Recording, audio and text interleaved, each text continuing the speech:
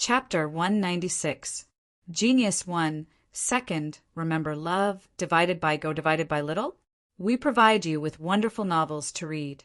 Jessica left Yi Yan's body after the first dose was injected. Love, go little say. Chu Shi looked at Yi Yan and said, before the next injection, I hope to hear your answer. Yi Yan sneered, lowering his head and looking at the floor. Jessica didn't seem to mind. After packing up her things, she walked out slowly. King Kong came up to her and asked, how was it? Did you get the answer? Jessica said indifferently he's trained and he's injected with antibiotics every year. He needs at least 3 doses to take effect. Why are you in a hurry? King Kong said disdainfully, I thought it was a good idea.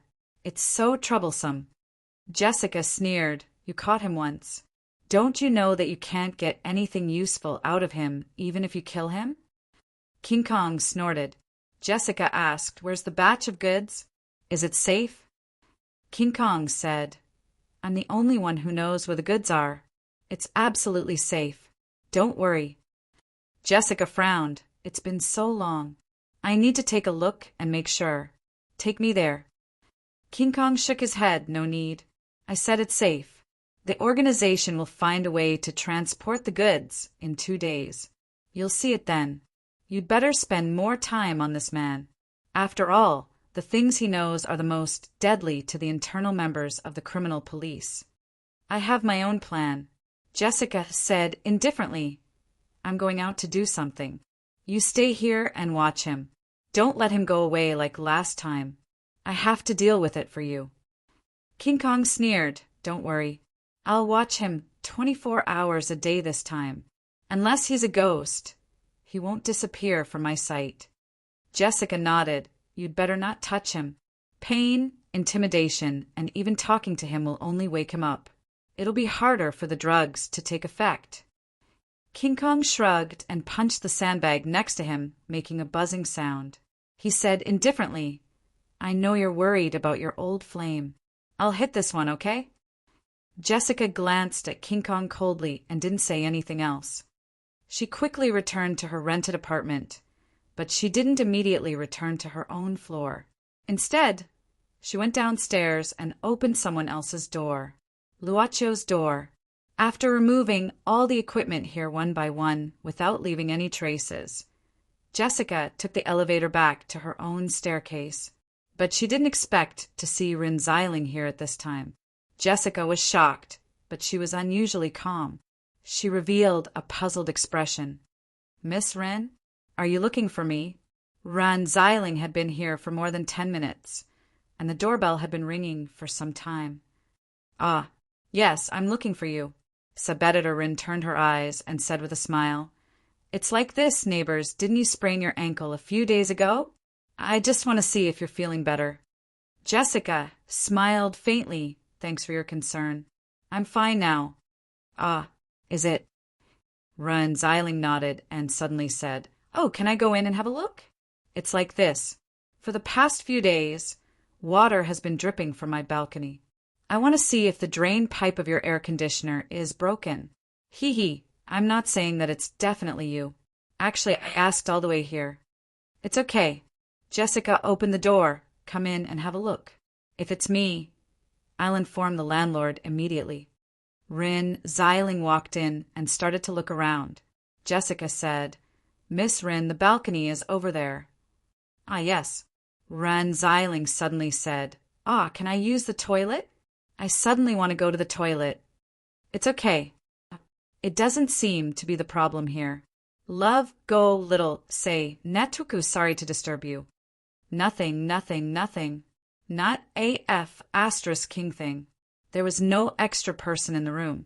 Rin Xiling couldn't help sighing, thinking that her intuition was probably wrong this time. It's okay. Jessica sent Rin Xiling to the door.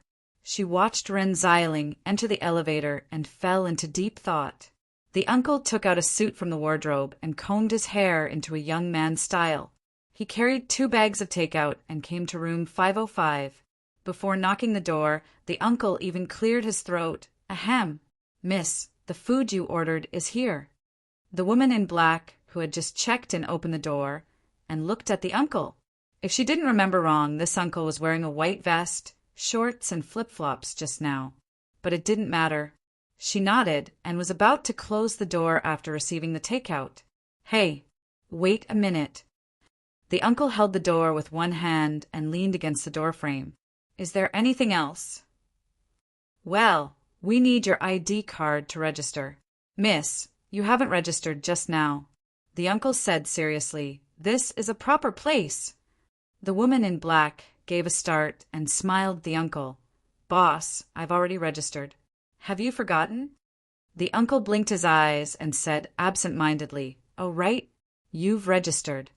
Boss, go back to work if you have nothing else to do. Okay. The uncle turned around at once and walked down the stairs in a daze. The woman in black shook her head after closing the door. At this moment, a small black shadow flew in front of her. The woman in black reached out her hand and grabbed the small black shadow. Piggy, you have to wash your hands before eating. Have you forgotten what I taught you? Oh, I'm so hungry, Sister Blackwater. Wash your hands, or you won't have anything to eat. Blackwater said with a straight face. Pig rushed to the bathroom like a bitter gourd. Blackwater shook his head and opened the 2 suitcases. Inside the suitcases, there were many small animals. She blew at them, and one by one, the little animals began to return to their original forms and jumped out of the suitcase. The little rabbit monster rubbed her eyes. Sister Blackwater, have we arrived? Well, Zhu Sui is the first one to wake up. Blackwater laughed. Come on, you guys eat something first. After eating, I'll go out. You stay here and wait for me. But remember, don't go out of this room or open the curtains, okay? The little rabbit monster said obediently, Okay, Ling Ling will take care of them. Haven't they come back yet? Got it. Mouse Chong, keep watching them. If they come back, tell them that the envelope is with me. Ask them to come to me if they want it. Throwing the phone on the sofa, Ren Xiling heaved a sigh. Old Ye's matter was really worrying. Tut, tut, tut. It hurts. Of course, it was cool to smash the Manekiniko with a karate chop, but there was a price to pay for it. Subeditor Rin sighed that she had lost her youth while wiping the tequila on her palm. In the past, she would have smashed at least 2 of them. It hurts so much. What are you doing? I heard you screaming before I came in. Ren Xiling gave a start and hid the tequila behind her in a hurry. She forced a smile at the door. No, a mosquito was biting me just now. Why are you so early today? Don't you need to make up lessons for the beautiful high school girl? It was reasonable to say that if she thought about it normally, she would probably find something wrong after such a long time. But Ren Xiling obviously didn't, because we were used to believing the words of our close relatives. Luocio didn't talk about this issue, but walked to Ren Xiling and sat down, saying indifferently, What's hidden behind? Nothing.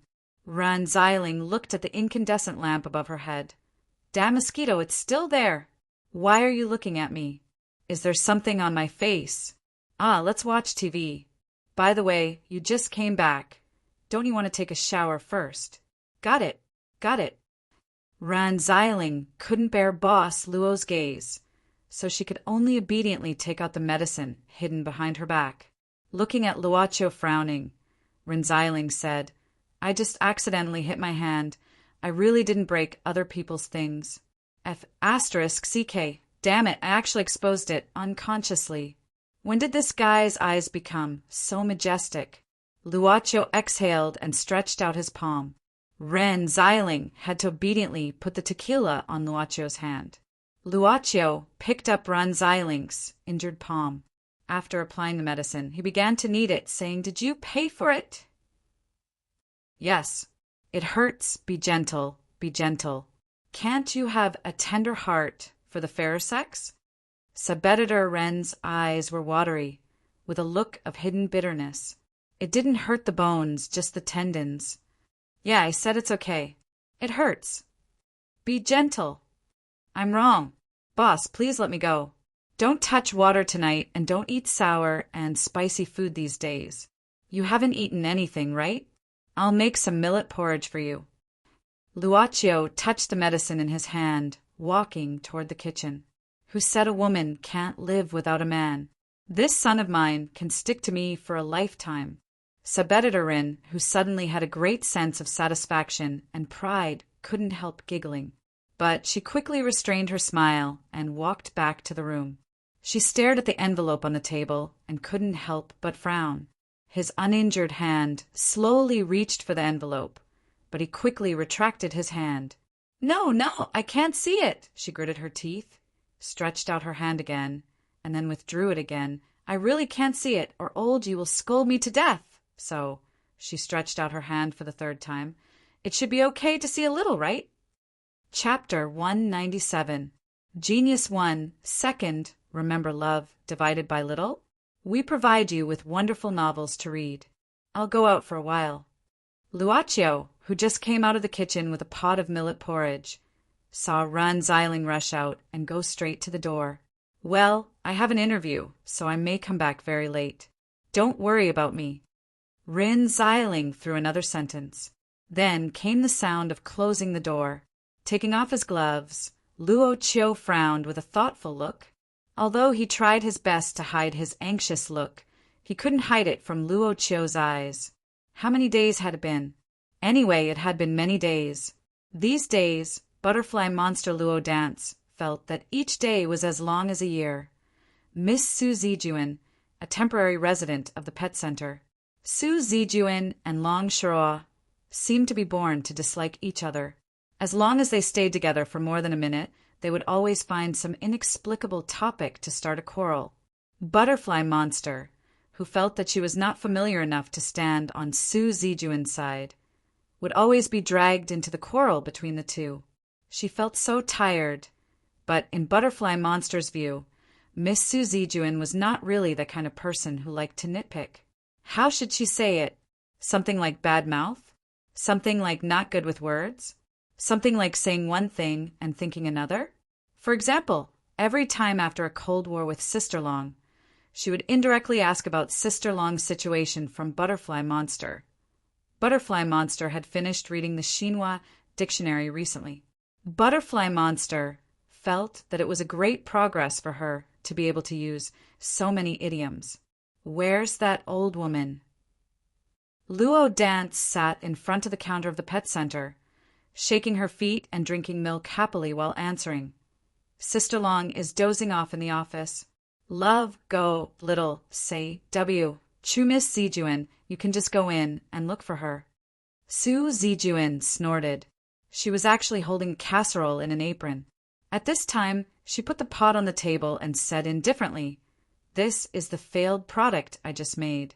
Only the old woman's tongue was suitable for this kind of thing.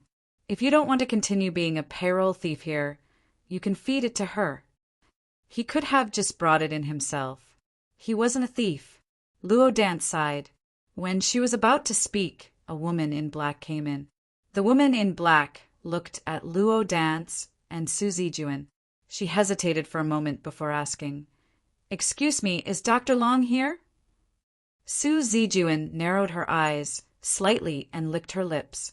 She suddenly said, That old woman isn't here, but if you have any problems, you can look for me.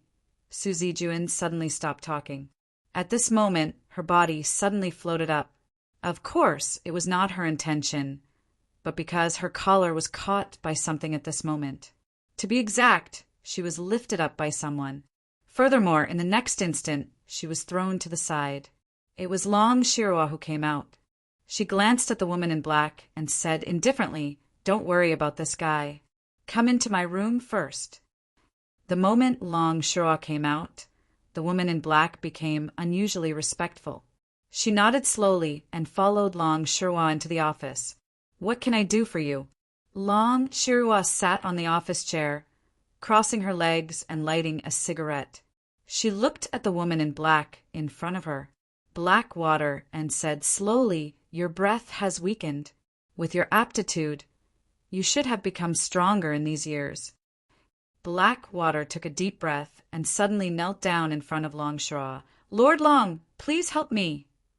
Long Shirua frowned and chose not to support her. Stand up and tell me what happened. Black Water sighed. 10 years ago.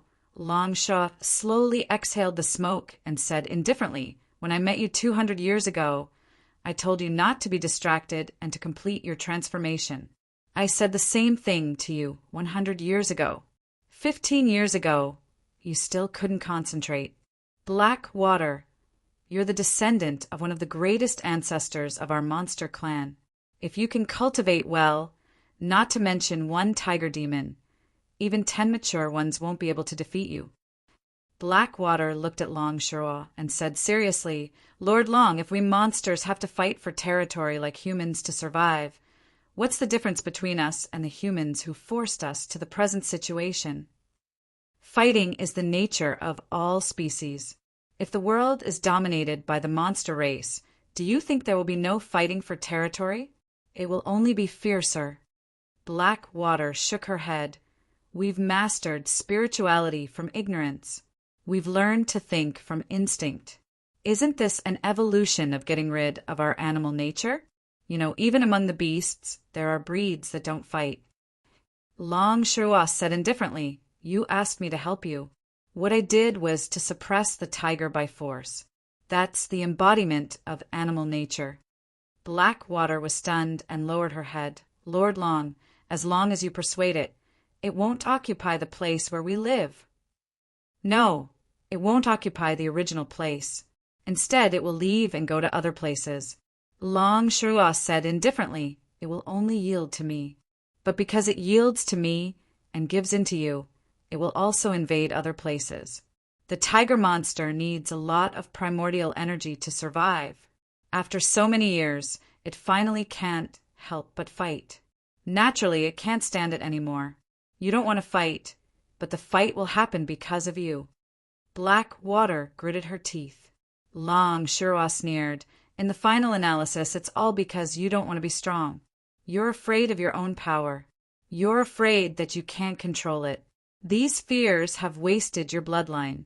Go back and think carefully. If you really want me to help you, come again. Black Water clutched her dress and left in a dejected manner.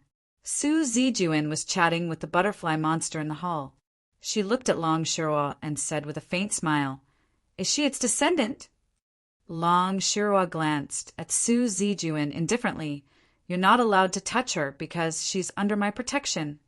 The last Shinryu in Kelowna's land indifferently glanced at her, which made the girl who was half of Hanba's bloodline feel cold all over. Humph! Su Zijuan snorted coldly. Why do you ask me to come out so late? Do you know that my woman almost thought that I was going to fool around? Ren Xiling rolled her eyes at Ma Haud. Look at your face. I'm afraid that you can't even satisfy your woman. Don't you feel embarrassed to say that you're fooling around? Aye. Ma Haud gritted his teeth, but he didn't want to argue with her. Anyway, he had never won a victory over this woman. If he continued, he would only ask for trouble. Then why do you ask me to come out? Look at this. Ren Xiling showed the envelope to Ma Haud. She frowned and said seriously, This is for Yi Yan. Old Ma, why did Yi Yan come back this time?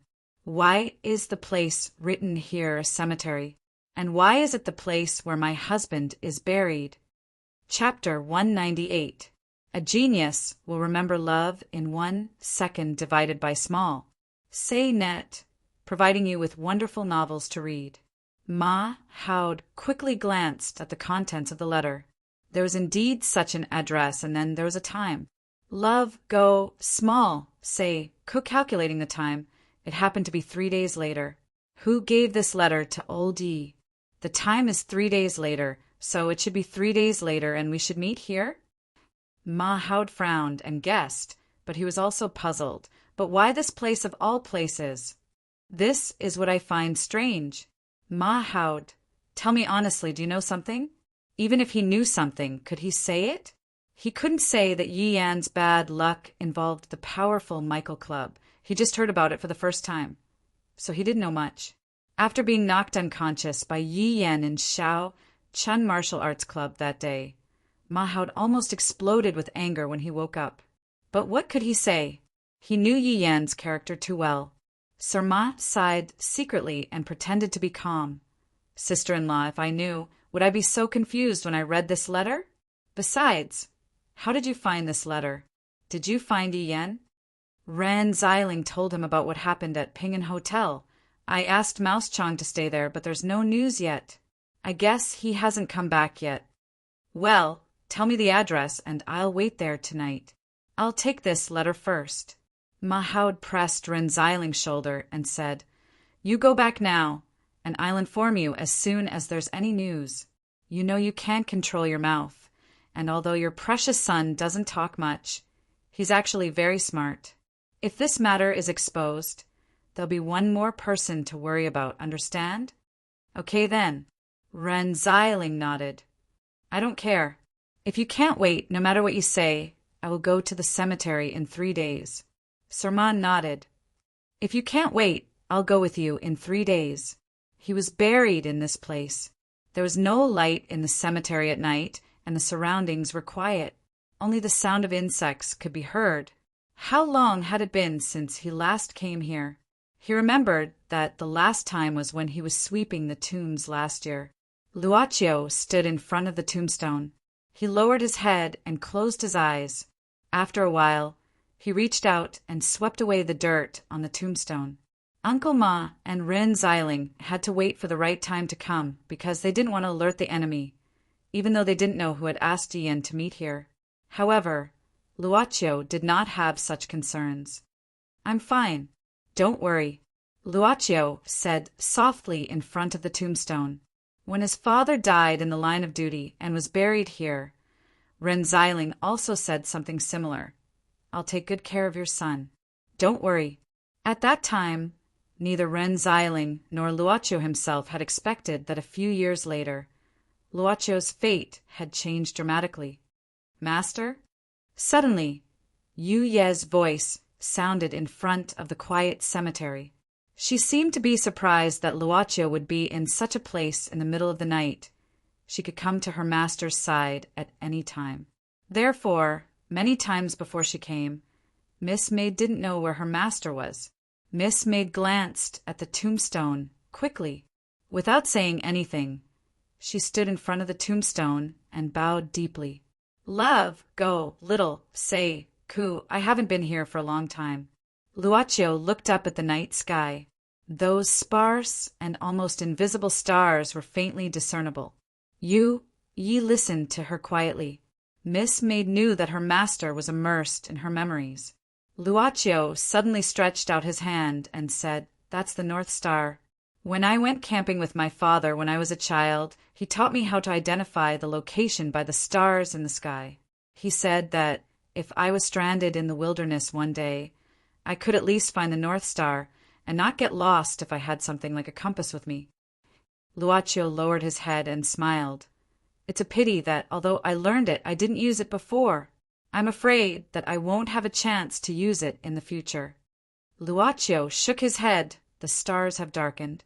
They're not as bright as before. He stood with his hands behind his back. After a long time, he sighed and looked at Yu Yi, saying softly, By the way, why are you looking for me? Is there something wrong with Yi Yan? Yu Yi nodded. There's something wrong, but Mr. Yi is fine. Instead, he was rescued by someone. Luochio was stunned. Who? Yu Yi shook her head. It's not clear yet. It's a masked person. It should be a man. The mysterious man rang the fire alarm downstairs. After sending King Kong away, he immediately took Mr. Yi away. I followed him all the way. But it's strange that after the man rescued Mr. Yi, he knocked him out and placed him in a forest in a park. Then he left. Well, what about the man in black? I've locked his whereabouts. If you want to find him, you can find him right away. Yu Yi said, Mr. Yi will wake up soon. He's safe at present. So I came back to report this to my master. Luochio nodded. He pondered who the person who rescued Yi Yan was. Except for him, no one should know where Yi Yan was taken to. While he was thinking, Luochio looked around casually. He happened to see the back of his father's tombstone. Luaccio frowned. He walked to the back of the tombstone. There was a small patch of grass under the back of the tombstone. There were obvious traces of being turned over. It wasn't difficult to find as long as one observed carefully. Luaccio narrowed his eyes. He squatted down and touched the grass that had been turned over. He easily lifted a patch of grass. The moment he lifted it, Luaccio's whole body seemed to be stiff. His posture was motionless. Even his eyes didn't move a bit. Yu Yi took a step forward and subconsciously looked at the mud pit that had been lifted up. Beast's fur, dead rats, broken bones. These were all filthy things. At this moment, there was a burst of stench. This should be something that was placed here not long ago. Who the hell is it? Luaccio took a deep breath and stood up slowly. He looked at Yu Yi expressionlessly. He stretched out his hand and stroked his heart. His voice was very soft. At the beginning, the club imprisoned my soul. During this period, some of my emotions started to fade away. But now, they suddenly became strong. Do you know why? Master! Someone here used these filthy things to disturb my father's peace. His eyes suddenly turned a strange silver, and the space behind him seemed to distort. A gigantic door that seemed to have buried countless vengeful spirits appeared out of thin air. It was slowly opening up a little. In the distance, Taiyanzi suddenly held his head and painfully lay on the ground. It seemed that something had frightened him. He felt despair.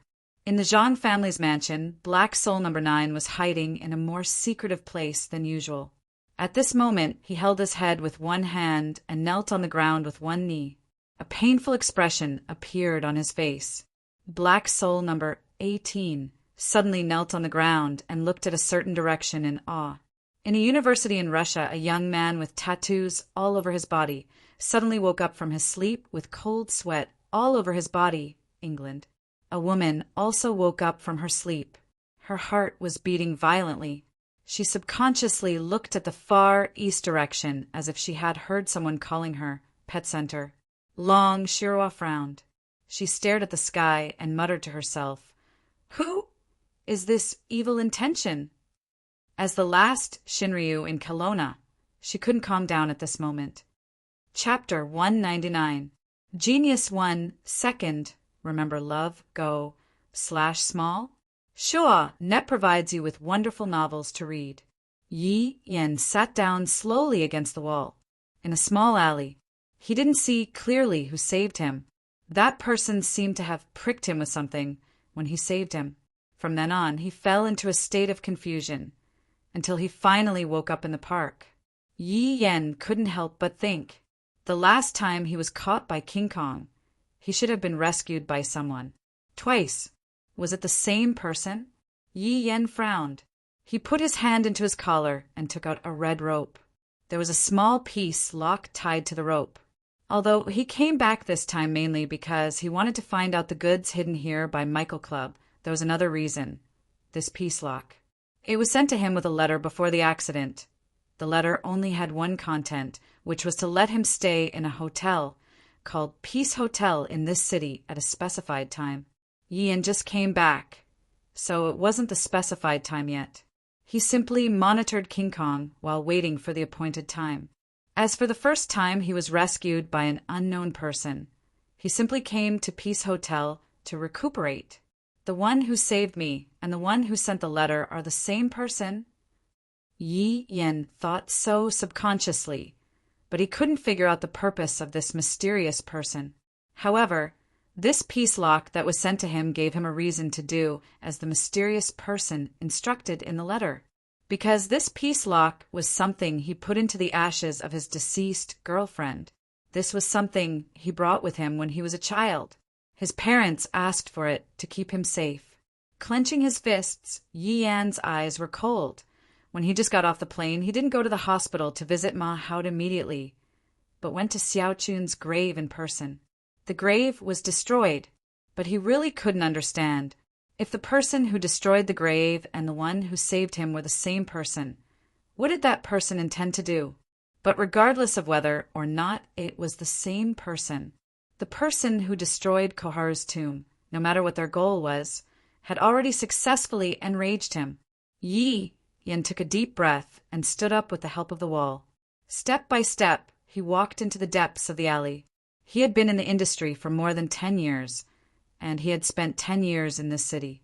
He knew the safest and most secretive way to return to the Peace Hotel. However, Yi Yan did not expect that when he returned to Ping An Hotel, he would bump into Ma Haud. Middle-aged and slightly plump Ma Haud was sitting on the sofa in the lobby of Ping An Hotel with his arms crossed. He was trying his best not to fall asleep. Sir Ma was so excited that he rushed up to him. He had actually managed to wait for Yi Yan here. Uncle Lu, who was dozing off at the counter, glanced at him and smartly put on his headphones to listen to a song. What a joke, Sir Ma. The bane of evil in this city is here. How would he dare to eavesdrop? But Ma Haud still pulled Yi Yan aside. How did you find me here? Yi Yan frowned. Too many things had happened today, and it was too chaotic. Ma Haud snorted. Shouldn't you say something to me before asking me? Yi Yan sighed. Brother, I'm sorry for knocking you out last time.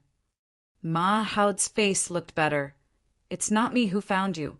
It's Xiling. Don't you remember that our sister-in-law is far more resourceful than those of us who work for the government? Yi Yan was stunned and then shook his head with a bitter smile. He subconsciously glanced at the boss of Ping An Hotel. Maybe this uncle was also Rin Xiling's informant?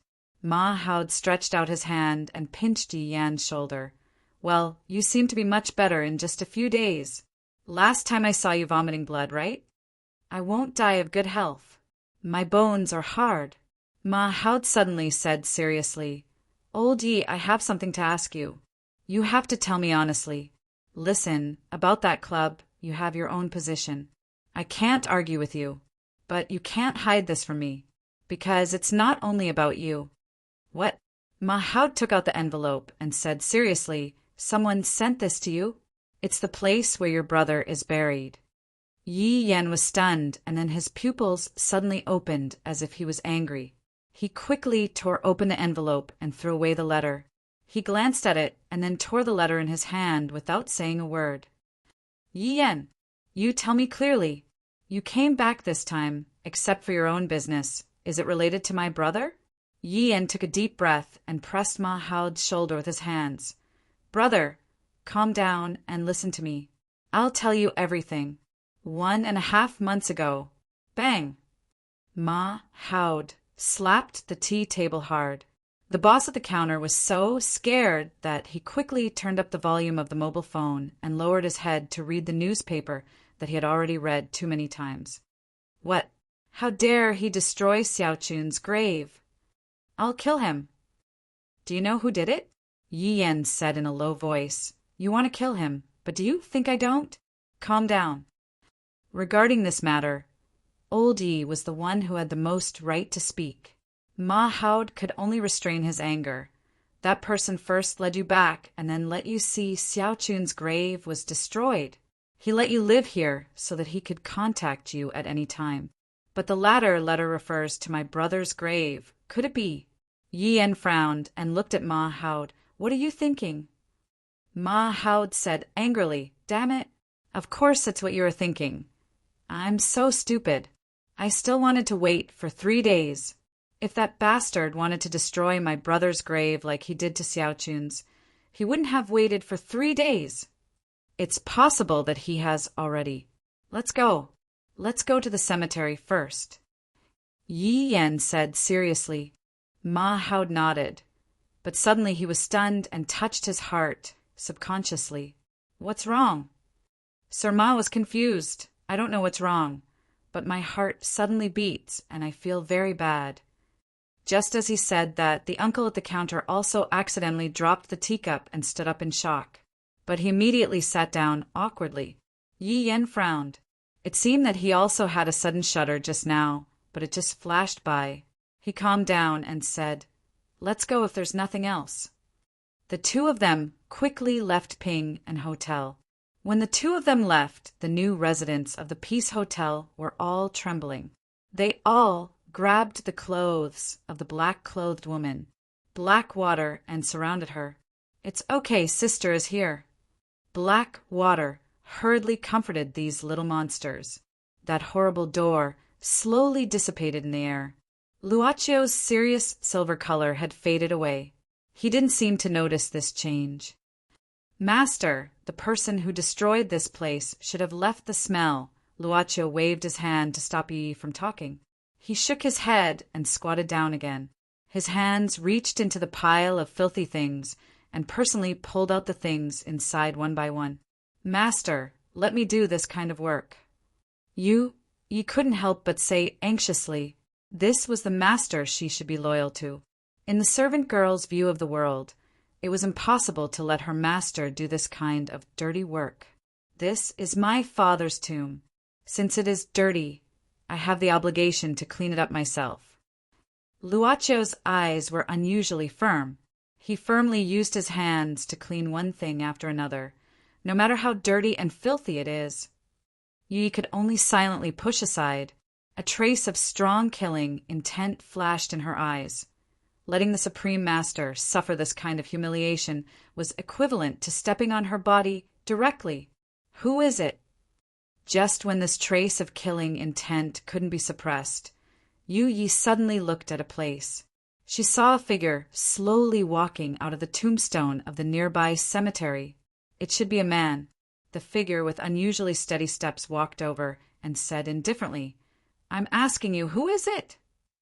This person was carrying a flame water lamp. His appearance gradually became clear. He was carrying 2 bags of things. It seemed that he had just come back from shopping. He didn't wear the cemetery staff's clothes. But coming to the cemetery in the middle of the night was probably not for worshipping. This person lifted the flame water lamp in his hand, illuminating Luacio and Yi. He suddenly frowned and said, "What are you doing? Who asked you to dig out these things?" Yi said coldly, "Is it you who buried these things here?" "Who are you?" This person suddenly dropped the things in his hand and squinted his eyes. His finger bones were much bigger than ordinary people. He was not tall and his face was pale. He was about 30 years old. His left foot moved slightly back half a step, and his body leaned slightly to one side. Luacio, who was still digging out the filthy things in the pit, didn't look back at this time. "Did you do this?" "No matter who you are, I have no obligation to answer you." The person sneered. "Answer me." Luacio's voice was lower. That person was stunned with a trace of surprise on his face and blurted out, "Yes, it's me." Luacio suddenly stopped. He raised his head and took a deep breath. "I don't care what your purpose is. I don't want to know what your plan is and why. But now you come to me." That person's body seemed to be pulled by something and rushed to the front of the tombstone in a flash. "Kneel down." That person gritted his teeth and knelt down in front of the tombstone with both legs. The slates in front of the tombstone made a cracking sound. He couldn't help showing a shocked expression. "Kowtow. You. Give. Me. Kowtow. Kowtow." Luacio suddenly turned his face and said in a low voice, "Kowtow." Bang! The man fiercely smashed his head on the slates in front of the tombstone. His head was broken and bleeding. Bang, bang, bang. More than a dozen kowtows. Chapter 200. A genius remembers love in 1 second. /small. We provide you with wonderful novels to read. After personally digging out all the filth in the pit, Luacio grabbed a handful of soil and filled the pit. Luacio stood up. Seeing this, Yi found 2 bottles of mineral water in the bag that the man threw away. She then walked in front of Luacio and helped him wash his hands. Finally, she took out a square handkerchief and wiped them clean. The man kneeling in front of the tombstone had already kowtowed countless times. His hands pressed hard against the stone slab. The firm muscles on his arms swelled crazily, but he was unable to stop his body. Heaven, earth, king, father, mother, father, mother, father, mother, father, mother, father, mother, father, mother,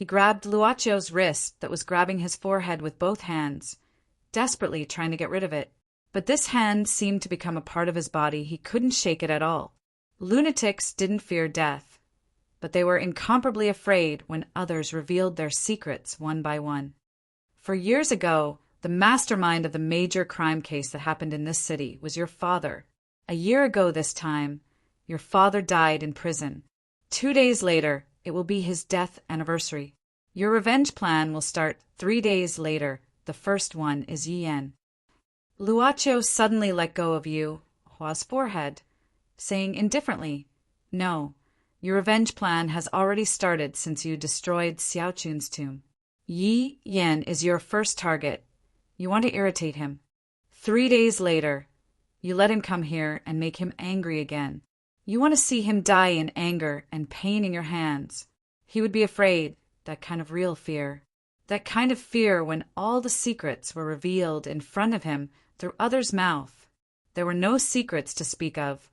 All his thoughts were seen through. Just like stripping off all his clothes. Maybe your revenge plan can really succeed." Luacio stood up. "After all, you have been preparing for revenge for 3 years. You know that you are not Yi Yan's opponent, so you have been practicing martial arts hard. Eagle Claw, right?" Yu Hua opened his eyes wide, looking at Luacio unbelievably. Did he even that thing? His heart was beating crazily unconsciously. This kind of authentic Eagle Claw needs to soak in a secret potion to strengthen the finger bones and make them much stronger than before. But this kind of potion can only be obtained by the real master of Eagle Claw, that is, your father's junior brother, your uncle master. In order to get this potion, you even... Stop talking. Yu Hua became extremely agitated in an instant. Your uncle master likes men. Luacio sneered. So you even at... Stop talking. This was the deepest and ugliest secret. A person who was not afraid of death, but faced the humiliation from the heart with fear. The lunatic who intended to irritate the opponent was now on the verge of collapse. The night wind blew in the cemetery. Yu Hua was still immersed in that painful experience, but he heard Luacio said indifferently, "You want to irritate Yi Yan again, but you don't know that before that, you have successfully irritated another me." The verbal attack was still going on. There are too many ways to take revenge.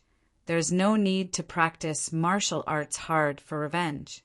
You know, even your father who died last year also knows. But 4 years ago, your father had run out of bullets and fought with Yi Yan. In the end, he lost to Yi Yan's Bajiquin. Your father was a martial artist since he was young. So were you. Before your father died, he grabbed your hand and told you that you must defeat that man. Your father was like a god to you. How could he be defeated? He couldn't be defeated by others. As long as he defeated Yi Yan with his own hands, your father would become the omnipotent god in your heart again. You even deceived yourself that your father was plotted against by Yi Yan, and he was not defeated in a face-to-face battle. For this persistence, you even became your uncle master's boy toy. For half a year, you treated yourself as a woman, serving your uncle master. His words hit the heart. The two were exchanged. Yu Hua seemed to have lost his soul. His whole body became soft. He slowly raised his head, looking at Luacio, his eyes scattered. However, his scattered gaze quickly gathered together. Yu Hua said faintly, "I swore that I would never let myself remember those things. You go to hell." He suddenly kicked up his legs, crossing his hands in front of his chest and curling his 10 fingers into claws. This was the eagle claw. However, the eagle claw art wasn't too old. It had soaked in potions to strengthen the finger bones, increasing the strength of the fingers. Even if it could easily crush bones, it couldn't compete with the club's boss, who had a mysterious ability similar to psychokinesis. Yu Hua seemed to have hit a transparent wall. His left hand turned back in the air like an eagle claw. The pain of hitting a steel plate with his fingers almost made his finger bones burst. As for the eagle claw in his left hand, it was directly broken. Yu Hua retreated in horror. His left hand was hidden behind his back, His 5 fingers were wide open, trembling. He was already frightened in his heart. Unexpectedly, Luocio suddenly said at this time, "From now on, you can't mention me. I'll keep my share for now. But it's time to return the share you owe big sister Xiao Chun to Yi Yan." Yu Hua gave a start. He hadn't figured out what this mysterious guy was going to do, but saw him step by step disappearing. As the cold wind blew, Yu Hua suddenly shivered. He looked around blankly. The graveyard became quiet again, as if not a sound could be heard. It was gloomy and gloomy. However, he suddenly heard the sound of light footsteps. It seemed that someone was hurrying over. "Who's there?" He even heard the voice of that person. It was Yi Yan's voice. Yu Hua looked around fiercely, as if every bush and tree was an enemy. He took a deep breath. A trace of madness flashed in his eyes. He suddenly tore off his clothes, grabbing a pendant on a metal chain around his neck. He pulled the pendant off his neck, twisting it with both hands. A small, sharp thorn shot out from the pendant. Chapter 201. Genius 1. Second, remember, love divided by little? Say net, providing you with wonderful novels to read. In fact, it's just hiding, not leaving. Love, go, little, say, W. Chu Wen Luocio saw the change of Yu Hua's body. He didn't look too surprised. It was the first time he bought the ability to synchronize individual thoughts from the club. It wasn't simply buying a person's past information, but thoroughly understanding a person's thoughts. Such an expense was naturally much more expensive than buying past information. But some people could spend a lot of money for their hobby. Luocio could naturally ignore the loss of lifespan because of the anger in his heart. Fortunately, he hasn't reached the point of despair. Looking at the little change of Yu Hua, Luocio said indifferently, "This guy is the buyer of the batch of goods that Michael Club hid here. He has the secret medicine of Michael Club, which can strengthen the body in a short time. It should be something like the secret medicine used by King Kong. In a short time, it shouldn't be a complete product." Yu Yi thought for a while and said, Luocio nodded and said, "But it's enough for people who have seen its power to treat it as a life-saving thing. It's because he still hides such things that he feels he still has a chance to turn the tables. Otherwise, I won't be so relaxed. But Uncle Yi came here. It seems that they have contacted each other earlier." Luocio shook his head. "Forget it. Since he's here, he's here. After all, Uncle Yi is more suitable for Sister Xiaochun's share." Yu Yi just smiled slightly. She understood what Luocio meant by not so relaxed. Yu Hua had an almost obsessive desire for revenge. This person's paranoid thoughts could easily lead to the arrival of the club's transaction mechanism. Now, it didn't appear for a long time, naturally because this guy hadn't reached the point of despair yet. Miss Maid retreated behind Luocio. On the one hand, she didn't intend to block her master's sight. On the other hand, she naturally hoped her master could be close to see the next fierce battle. She could feel that Luocio's anger had calmed down a little, but she did not think that her master would let it go so easily. It was only because the master's father was not the only one who was insulted. There was another. The anger from the destruction of Miss Cochin's grave should naturally be resolved by Mr. Yi Yan. The people who grew up in this country regarded filial piety as extremely important. What's more, because of Yu Hua's behavior, the door appeared on its owner in advance. It could be seen how strong the new owner's emotional impact was. The origin gate had appeared ahead of time. Yu Yi slightly thought, "Although I still can't forgive Yu Hua for what he did, I should say thank you to him for angering the new master." When Yi Yan and Sir Ma had arrived at the cemetery, they both frowned at the same time. The two of them saw a bare-chested man kneeling on the ground with his hands covering his face, as well as his exposed, terrifying muscles that were filled with a sense of power. The weird man in front of them stood up slowly. Sir Ma directly said in a low voice, "Who are you? What are you doing here in the middle of the night?" Yu Hua glanced at the two. His voice became much lower than usual. "Yan Mahaud, both of you are here." Just in time, I'll kill both of you at the same time. No need to waste time. After killing all of you, the next target will be that damned bastard." Yi Yan frowned. "Do I know you?" Yu Hua sneered. "What, you can find this place, haven't you thought of something? Have you forgotten how the jade lock dug out from the dead land was sent to you? It's you." Yi Yan narrowed his eyes. His tone was full of anger. Yu Hua laughed. "Are you angry? But not only that. Do you know why you're so unlucky recently? I'll tell you. From the time you broke that place 2 months ago, you have been falling into my control step by step." After the secret medicine entered his body, Yu Hua not only got a strong physical ability, but also a constant sense of excitement and pleasure. He couldn't help saying everything in front of Yi Yan. Looking at Yi Yan's angry and resentful expression, Yu Hua felt that it was the most wonderful thing in the world. He looked at Yi Yan, mocking him. "Why do you think you could easily find the clues of the dirty things those stinky policemen had done in that hideout? Do you really think someone was so careless? If I didn't arrange it on purpose, do you think you could find it? Ha ha ha, is it painful? For years ago, you got a great achievement because of that case, and then you started to have a meteoric rise. But 4 years later, you became the target of both legal and illegal forces, like a rat crossing the street. Look at you now. How down and out, how ridiculous." Yi Yan didn't say anything. "Love, go little, say, Netuka," however. Officer Ma angrily defended his brother. F***CK. Who the F***CK do you think you are? What did my brother do to you? Why do you treat him like this?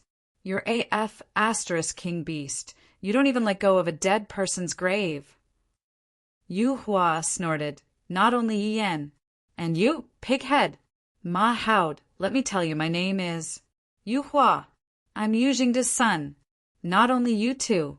And those people who acted together with you 4 years ago, even your family, I don't want to let any of them go." Sir Ma gave a start. Yi Yan also slightly opened his mouth, looking at Yu Hua in a completely different way. "What the F***CK? Your father killed so many innocent people 4 years ago. I heard that he died in prison 1 year ago. He was so happy that he got drunk that night." Mahoud snorted. "But I didn't have enough fun. Today I'll have a good time." Yu Hua suddenly sneered. You were just a coward who hid on the side and got some merits in the end?" Saying this, Yu Hua suddenly jumped up, crossing a distance of more than 3 meters, rushing to the front of Mahoud, raising his fist and punching toward Sir Ma's face. "Watch out." Yi Yan pushed Mahoud away in the crisis, grabbing Yu Hua's arm, suddenly twisting his body sideways and kicking his waist with his knee. The ribs on his waist were very fragile and could be easily broken by such an attack. However, Yu Hua seemed to be fine, standing there motionlessly. Yi Yan couldn't help turning pale with fright. He suddenly thought of another guy, King Kong. That guy was the same. His body seemed to be made of iron.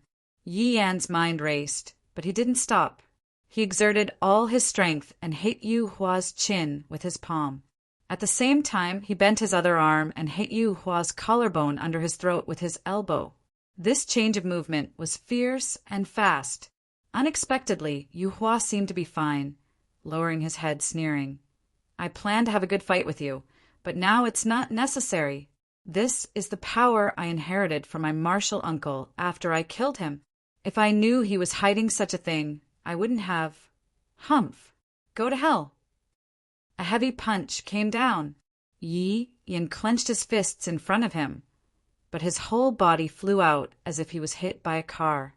This kind of inhuman strength was too horrible. Feeling his arms were numb, Yi Yan looked at Yu Hua with astonishment. He saw Yu Hua with a teasing smile, walking towards him step by step, like teasing a mouse. "Baji? Just like this? Sure enough, you must have used some dishonorable means to defeat my father." Yi Yan didn't speak, just slightly moving his center of gravity down. Bang! But at this moment, a loud sound came from Yu Hua's back, a gunshot. Yu Hua's body staggered, directly kneeling down on the ground. His leg was penetrated by a bullet. F***ck. Ma Howd, who was in the distance, cursed. Do you think I'm a coward who came out of nowhere to make a living? Back then, I was playing with a Barrett M82A1, and I was playing support. Although Sir Ma had gained some weight in his middle age, and his belly was above the belt, he still looked majestic with a pistol in one arm. Humph, I'll kill you first. At this time, Yu Hua suddenly stood up from the ground. The bleeding calf didn't seem to be an obstacle to him. His action was still as fast as before. Sir Ma was shocked, shooting several times at Yu Hua's leg and shoulder, but he couldn't stop him at all. This guy was like a monster who didn't fear pain. Sir Ma gritted his teeth, pointing the gun at Yu Hua's forehead. But at this moment, Yu Hua suddenly lowered his body, rushing to Ma Howd like a cat, and easily knocked him down on the ground. You could have killed me the first time, Yu Hua sneered disdainfully, but you policemen are idiots. You only think about catching people. You stick to those creeds, and that's why you die. Seeing Yu Hua's terrifying fist, Yan knew that Ma Howd couldn't bear such a heavy blow, so he suddenly said, Yu Jingde is a loser. Yu Hua stopped at once, grabbing the gun from Ma Howd's hand and squeezing the pistol into a ball. He threw Ma Howd into the air and threw him to the ground. What did you say? Dare you to say it again? I can say it as many times as I want. Yi Yan sneered. He's indeed a loser. Or else how could he be defeated by me? Eagle claw? Chicken feet? I'll break your mouth first. Yu Hua's eyes turned red, rushing to Yi Yan without saying anything. This body didn't fear pain and had endless strength. After a few moves, Yi Yan was pressed to the ground by Yu Hua as if he had lost the power to resist. He grabbed Yi Yan's neck and grinned. I notice that you seem to be injured, so I plan to give you 3 more days to recuperate. After that, you can fight with me for real. But now there's no need for that. Do you have anything to say before you die?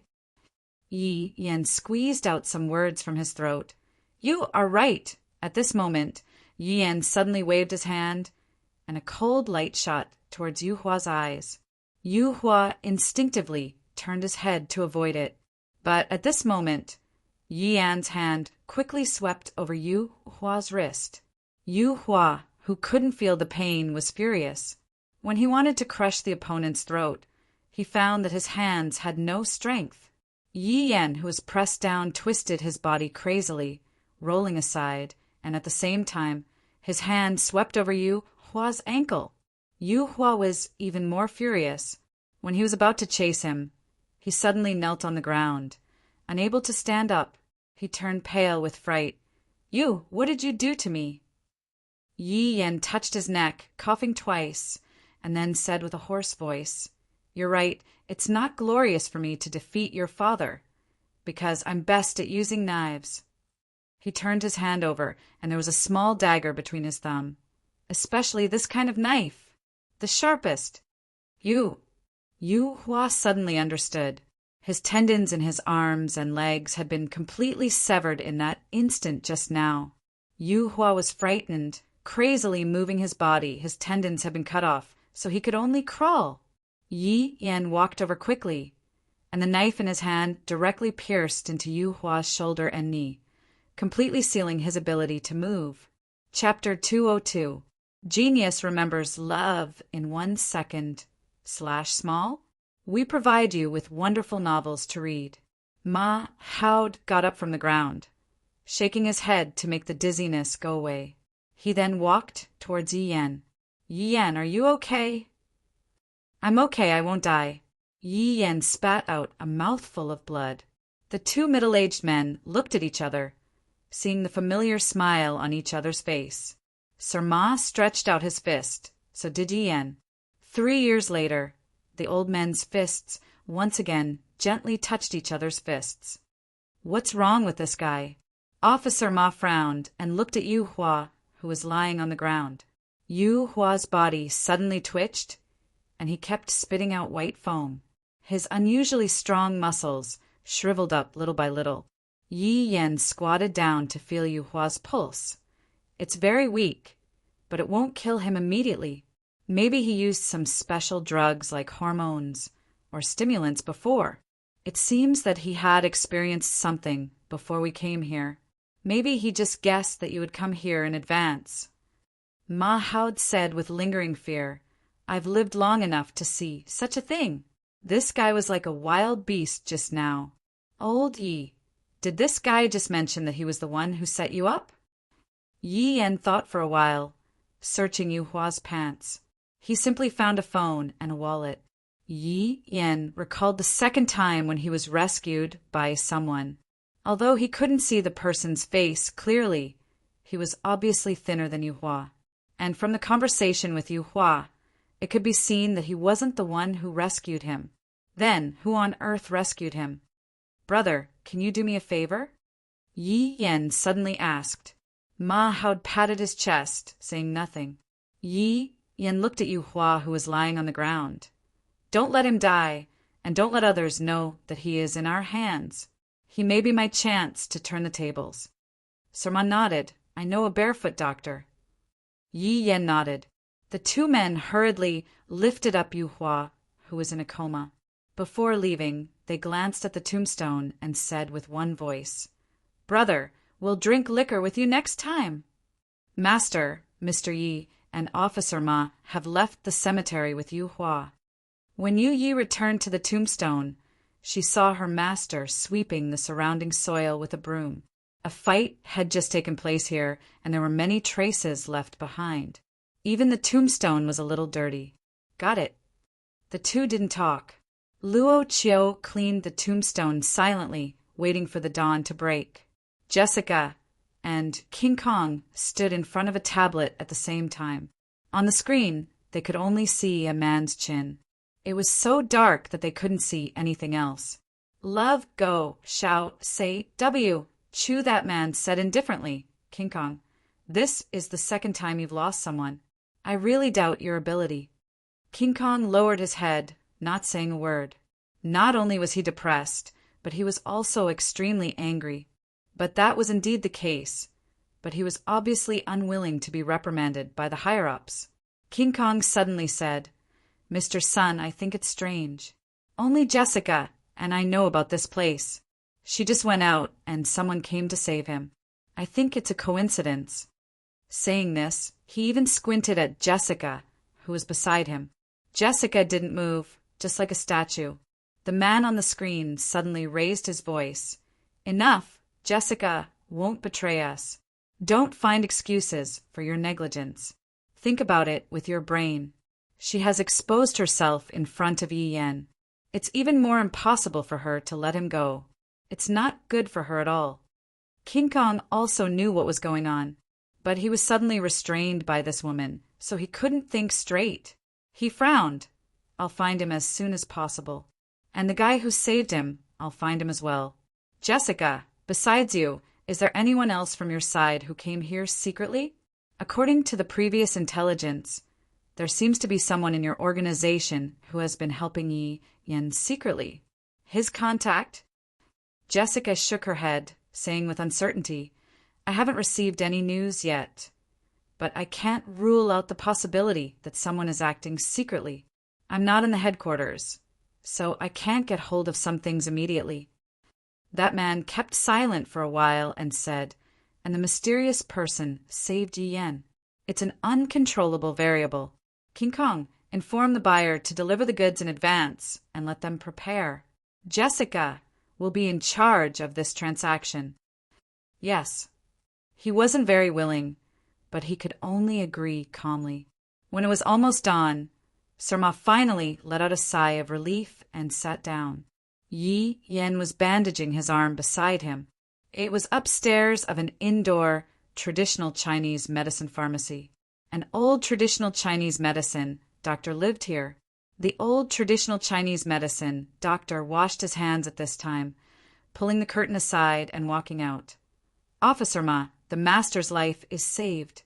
I've also taken out the bullet, but he lost too much blood, so I'm afraid he won't wake up so soon.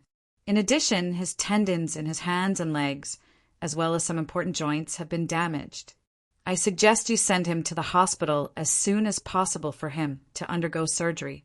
Otherwise, I'm afraid he'll be permanently disabled. The person who did this is too vicious. Sir Ma didn't dare to say that the person who did this was actually sitting beside him. He coughed slightly. I'll have a plan. It's better for this guy to be disabled, or I don't know how many innocent people will be hurt. The old traditional Chinese medicine doctor didn't say anything. I'm going to decoct the medicine. You two take your time to talk. Yi Yan suddenly asked, Sir, can I use that computer? Oh, you can use it. Yi Yan nodded, walking to the front of the computer. He found the data cable on the table, quickly connecting it to Yu Hua's mobile phone, and then started to work. Brother, what are you doing? Cracking the password of Yu Hua's mobile phone. Yi Yan looked attentive. Since he's the buyer's man, I'm afraid there will be a lot of clues in it. I just saw a new message. I want to see the complete content. Ma Hao blinked, picking up the mobile phone, swiping it randomly. This mobile phone isn't locked? Yi Yan furrowed his brows. He took the mobile phone. He took a look at it just now. It was obviously locked with a password. It's strange. But he still clicked on the interface of the message. Content: 8:30 tomorrow evening, the underground parking lot of Caesar Commercial City. A105, wearing a black cap, deliver the goods in advance, be careful. Deliver the goods in advance. Yi Yan said with a heavy tone. Deliver the goods in advance. Ma Hao showed a smile on his face. Yi Yan emphasized, wearing a black cap. Ma Hao smiled. It's very likely that Yu Hua and the seller haven't met. Chapter 203. A genius will remember love in 1 second, divided by little. Say Net, providing you with wonderful novels to read. Yes, he hasn't arrived yet. Love go little say Net W. Chew but don't worry. I've arranged for someone to lock him up once he appears. Don't worry, don't worry. Really? How dare I? When have I ever lied to you? Okay, I'm going to have a meeting, that's all. Sir Ma wiped off his cold sweat and turned off the phone. Facing Yi Yan, he spat out his grievances. To be honest, I'd rather be bombarded by those baldies in the police station than face this girl's questioning. This girl, was she a mouse in her previous life? She can sniff out problems from everything. Yi Yan patted Ma Hao's shoulder with a thank you for your hard work expression. At this moment, Ma Hao patted Yi Yan's palm. Bro, last time you said you didn't want to burden me, so you knocked me out. This time, you're not in a position to say anything, right? I'm involved in this muddy water. Maybe we really need to use the police force here, Yi Yan said helplessly. Whether it's King Kong or they all know me, I can't be there for tonight's handover.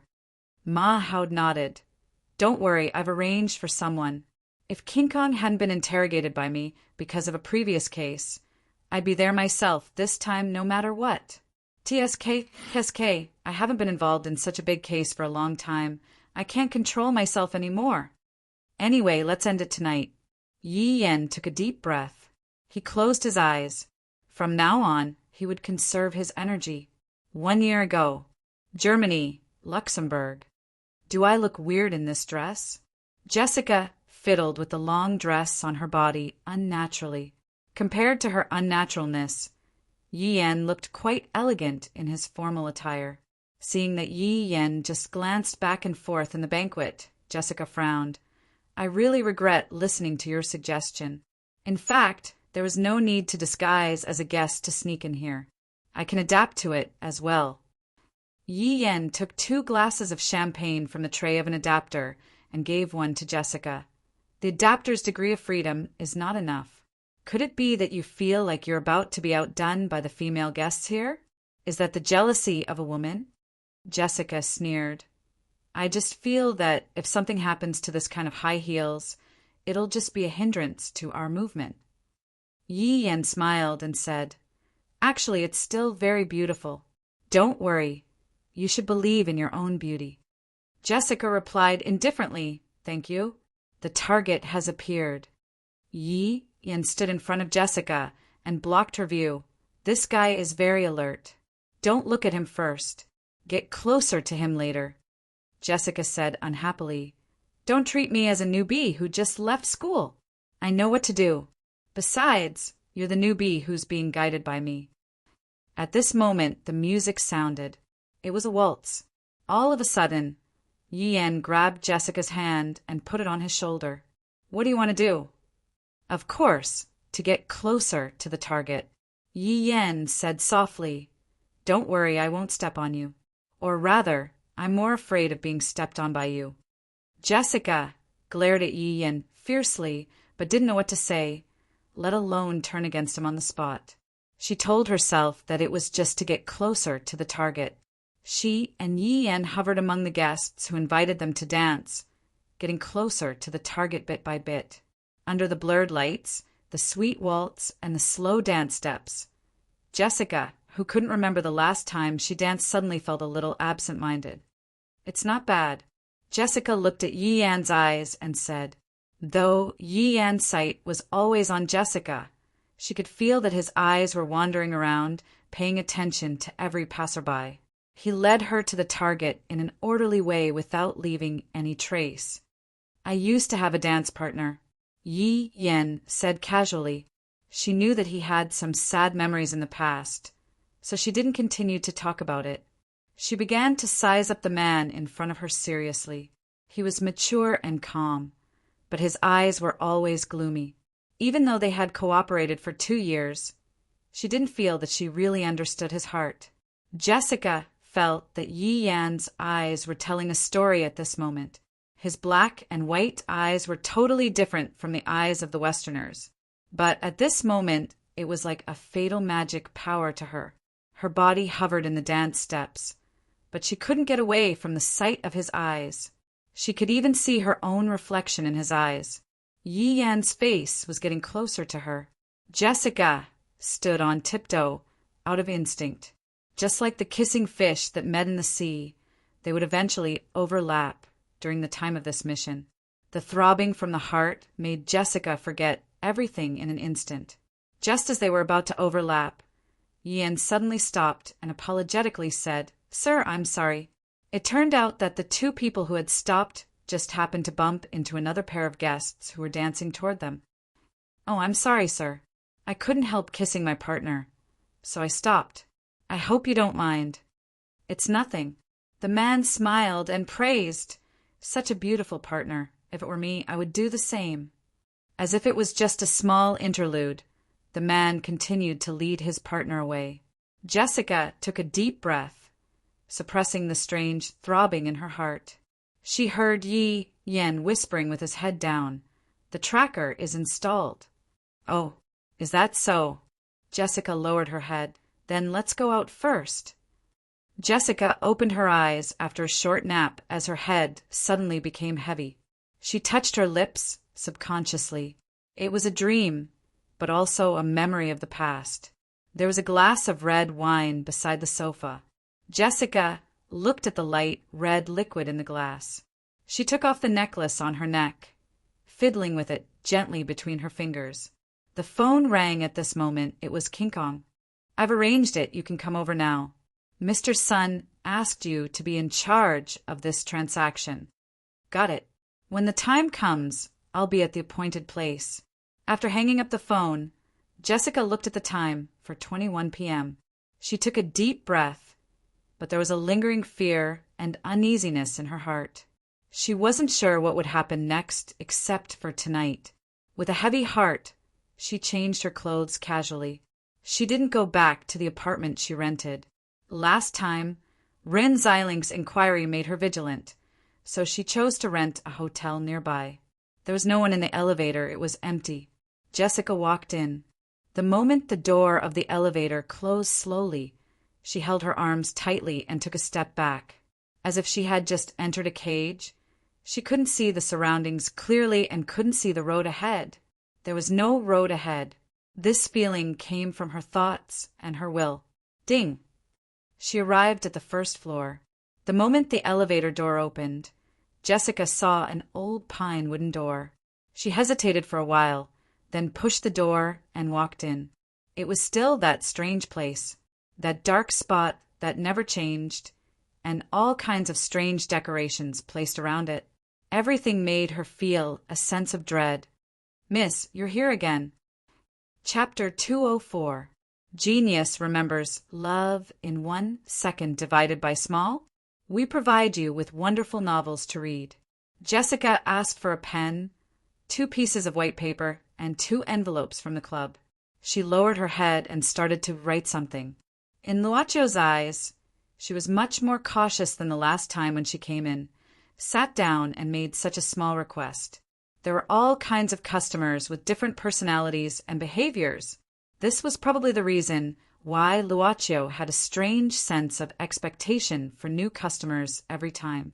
Jessica finished writing quickly. She put the paper into the envelope and took a deep breath.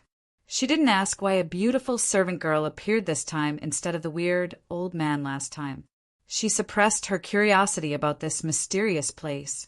All she needed to know was that as long as she was able to pay a sufficient price, she would be able to buy what she wanted no matter what. Jessica sat in front of the boss and pushed out the envelope. She said slowly, "I don't know the price, but it shouldn't be high. I need you to open these 2 envelopes after sunrise tomorrow." "It's not necessary to do such a small thing." Luacio shook his head. "Since it's the customer's request, we won't read the letter before sunrise. We can promise you that." Jessica said, "No, I don't believe in any verbal promise. Since we have to complete the transaction fee here, this is the first thing I want to buy today." "I see." Luacio said indifferently, "How about the total time between now and sunrise tomorrow as the transaction fee?" Jessica gave a start but didn't say anything. She nodded. After signing the contract for the first time today, she seemed to feel a little relieved. Then she said, "Please open it if I don't take them back before 6 o'clock tomorrow. I have something I really want to do." "Sorry, we don't accept this request," Luacio said after a moment of silence, "because if we can't negotiate face-to-face, we can't confirm the customer's request and whether the customer has enough transaction fee." He picked up the envelope. "For example, what is written inside is far beyond what you can pay for. Even if we read it, we won't do anything. Therefore, we suggest that you do not make such a designation, because the customer may not be able to get what they want." Unexpectedly, Jessica seemed to have already thought about it. She said something shocking. "I'll use my soul as collateral to carry out the transaction in the first letter first. But if that's not enough, then please carry out the second letter. That is, I will pay the full transaction fee in advance. If the contents of the second letter also exceed the value of the transaction fee, then please calculate and fulfill a portion of the contents of the second letter. But if I collect these 2 letters before sunrise tomorrow, then I need to get my mortgage back. But don't worry, I'm not toying with you because I can use a part of my lifespan as a service fee for this process." After a moment of silence, Luacio said, "Customer, you don't even know if the transaction fee is enough, and you don't even know to what extent we will achieve. Are you willing to use your soul as collateral? This is a huge gamble. Please think carefully. Love, go, little, say, netruku, because once the contract is signed, there's no room for regret." Jessica said seriously, "No, I believe that you will complete the contents of the second letter." Luacio frowned. He suddenly had an impulse to read the contents of the second letter. But due to the spirit of the contract, he had to wait until sunrise tomorrow to open the 2 letters. Jessica left. But if she didn't show up before sunrise tomorrow, according to the second contract, her soul would be drawn out directly. The club had always paid first and received later, or made a direct transaction in an instant transaction. It was Luacio's first time to do this kind of transaction, where the transaction fee was paid in advance and the degree of completion was calculated according to the value of the goods. But this was the customer's request, which didn't violate the club's transaction rules. "Master, the things are ready." When Luacio was pondering, Yu Yi came to him with a tray in both hands. The tray was covered with a white cloth. Luacio lifted the white cloth and touched the things inside. He revealed a faint smile.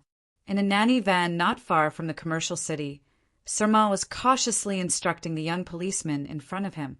The young patrol officer seemed to be a little nervous because Officer Ma was putting on a tracking device and a bulletproof vest for him. "Listen, you're the smartest one in my team. I believe you can do a good job," Mahoud exhorted, "but don't force yourself. If anything goes wrong, leave immediately. The case can be investigated again. If the prisoner is lost, you can catch him again. But if you lose your life, you will lose your life." The young police officer took a deep breath and nodded silently. Mahoud continued, "Once the thing is exposed, I'll ask someone to show up immediately. Remember to stay calm and don't give yourself away. It's better not to talk about unnecessary things with the other party. Focus on this transaction." "Understood." The young police officer nodded. He tidied up his uniform and put on a black baseball cap. He was about to open the car door when he saw Zhang Heng. Surma suddenly stopped him. "Wait, you put this on." "Officer Ma, this is not your—" "It was a pistol that was sent over." Mahoud smiled. "This guy has been with me for a long time. I've been relying on it for so many years." The young policeman nodded and quickly put away the pistol. He saluted to Mahoud and quickly got off the car. "Bro, relax." Yi Yan patted Mahoud's shoulder and said, "I'm not nervous." Mahoud wiped the cold sweat on his forehead. "Do I look like a nervous person?" Yi Yan grabbed Mahoud's shoulder with force. "Then let's get to work." "Okay." Surma took a deep breath and put on the monitoring headphones. At the same time, he said into the microphone, "All units, listen to my orders at any time." 8:20 p.m. The young patrol officer walked slowly in the underground parking lot. He pressed down on the black baseball cap he was wearing, lowered his head, and gradually walked towards the designated location. At the designated spot, he only saw a black Santana, but there was no one in the car and no footsteps around. Time passed by little. The young policeman frowned and suddenly began to check the ordinary black Santana. He walked around the car and then suddenly crouched down and began to check the area of the car. Not long after, the young police officer found a bag stuck to the chassis in the rear wheels territory. After he opened the bag, he found a mobile phone and a car key inside. 8:30 p.m. The phone rang. "I'm here. Where are you?" "Don't be nervous. You just need to follow my instructions.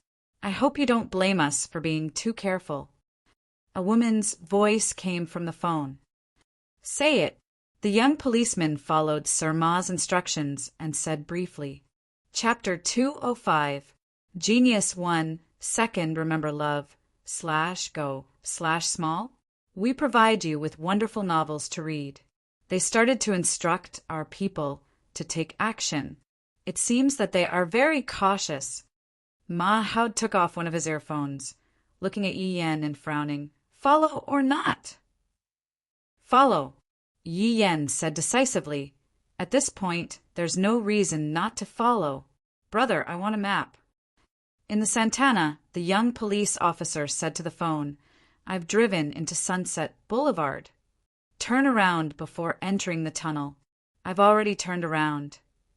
"Very good. Then you go to the Ring Expressway and come out at the first toll station. Get off now. Do you see the bus stop next to it? Take the first bus that comes here. Get off and walk to the pedestrian bridge in front." Nearly an hour had passed since they drove out of the underground parking lot. The young police officer, who was quite familiar with this city, couldn't help but think, in this 1.5 hour, Surma's deployment had been disrupted.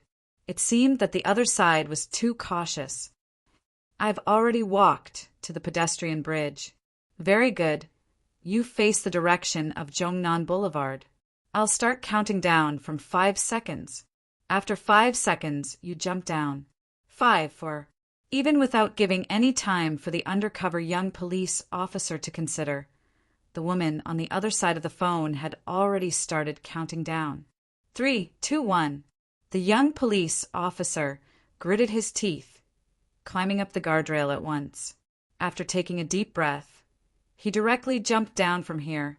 At this time, a huge roll-on vehicle was driving over the pedestrian bridge from the other side. The young police officer who jumped down from the pedestrian bridge fell into the roll-on vehicle at once. In the upper position of the roll-on vehicle, the young police officer secretly wiped his cold sweat, looking around clearly.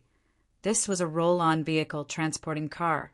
He picked up the phone again, sticking it to his ear, and said with a trace of anger, "You, do you have the heart to do this business?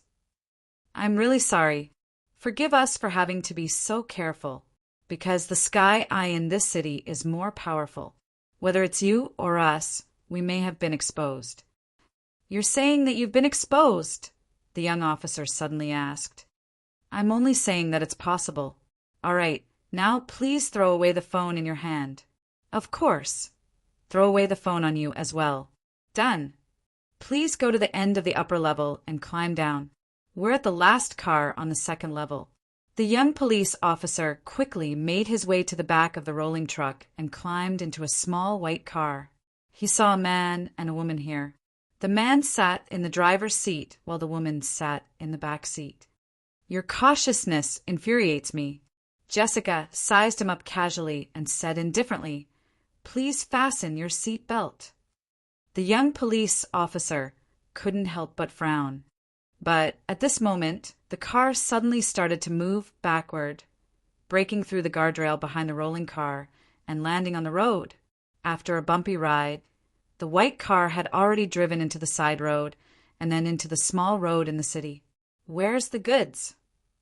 The young police officer frowned and asked. King Kong, who was driving the car in front, chuckled. "You'll see it soon. Don't worry, I'll give you the car later. Where's the money?" The young police officer took out a small electronic key from his clothes. "Give me the goods, and I'll give you the money." "No problem." King Kong whistled, licking his lips. "Sit tight." At this moment, Jessica suddenly gave the young police officer a long black cloth.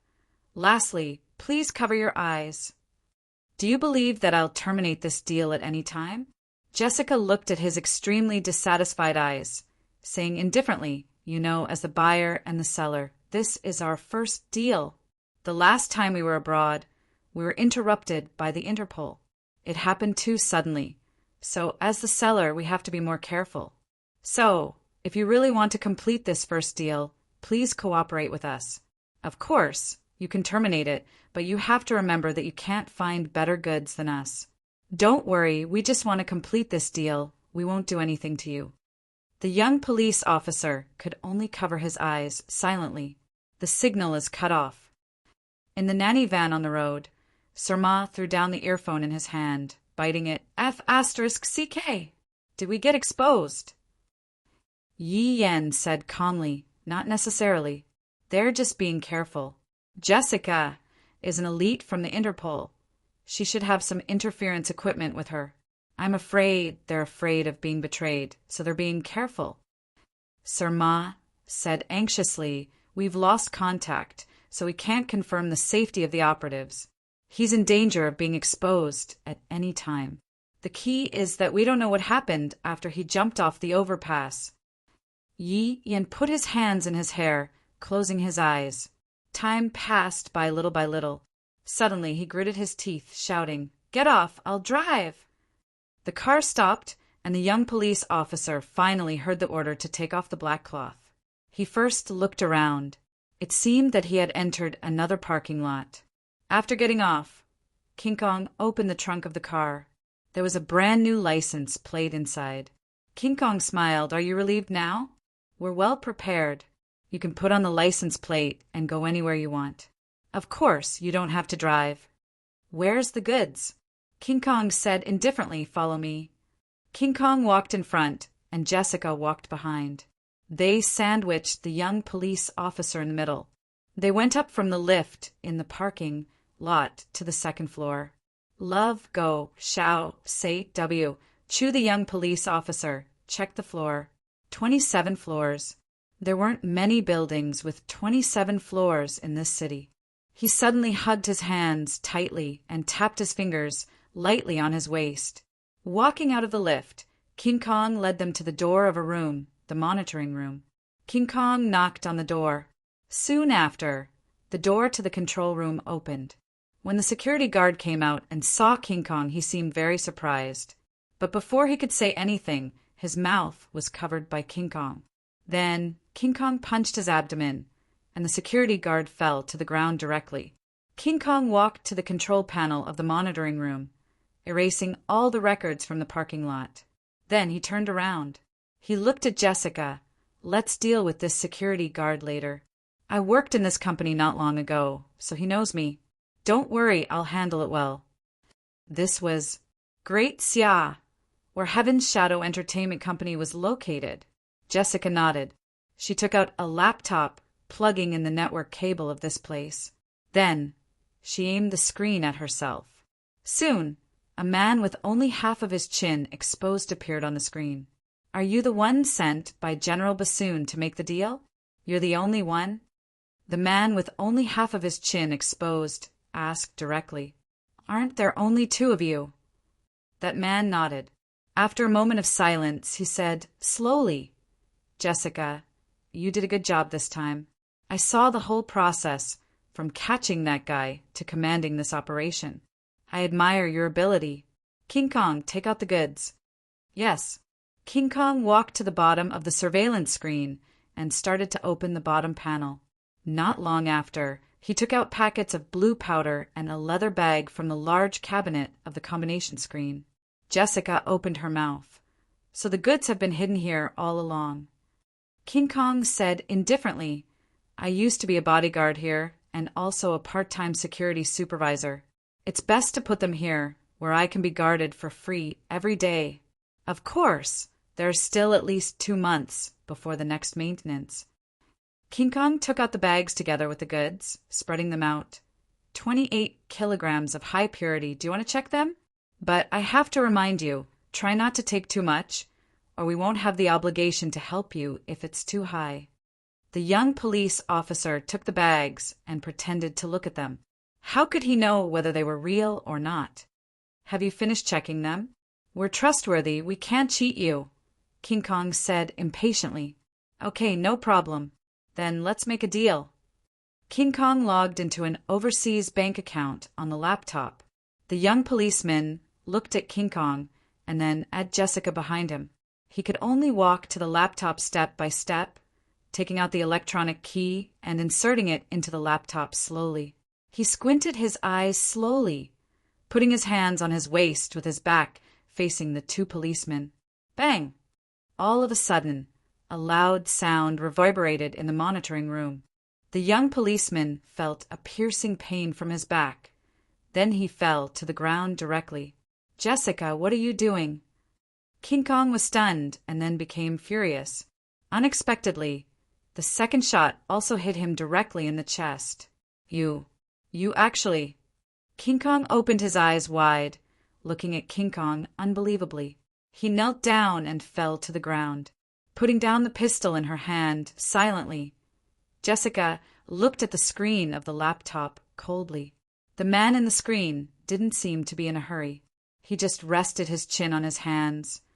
I really don't understand why you betrayed us only now. You're the one we've trained since childhood, so it's impossible for you to betray us. Jessica took a deep breath. Mr. Sun, let's make a deal. Let's hear it. Jessica grabbed a small package of blue powder. It's not easy to refine this kind of thing. A small package is worth a lot. I think Michael Clubb won't throw it away so easily, right? Interesting, go on. I want to break away from you, Jessica said slowly. She even looked at the man's reaction on the screen, but he didn't seem to be moved at all. But I know this probably won't happen, so I changed my request. I want you to send my mother safely to the headquarters of the Interpol before sunrise tomorrow. If you don't agree, I'll destroy these things now. Are you really going to betray us? The man said indifferently. Maybe you're just confused for a moment. I even think you might have misunderstood something. We're not controlling your mother, but providing her with an ideal world to live in. In that utopian place, there was no fighting, no sorrow, and no hatred. Everyone lived happily. The man's voice became gentle. Jessica, you have to know that it's heaven. Only those who are chosen by God can live in the heaven. Your mother can live in this heaven because of you. Why do you want her to go back to this realistic hell? Jessica, you're the one chosen by God. You're the apostle who will bring a new order to this world. This is your mission. Have you forgotten what you believe in? The man's voice seemed to carry endless magic. Jessica took a step back and revealed a painful expression.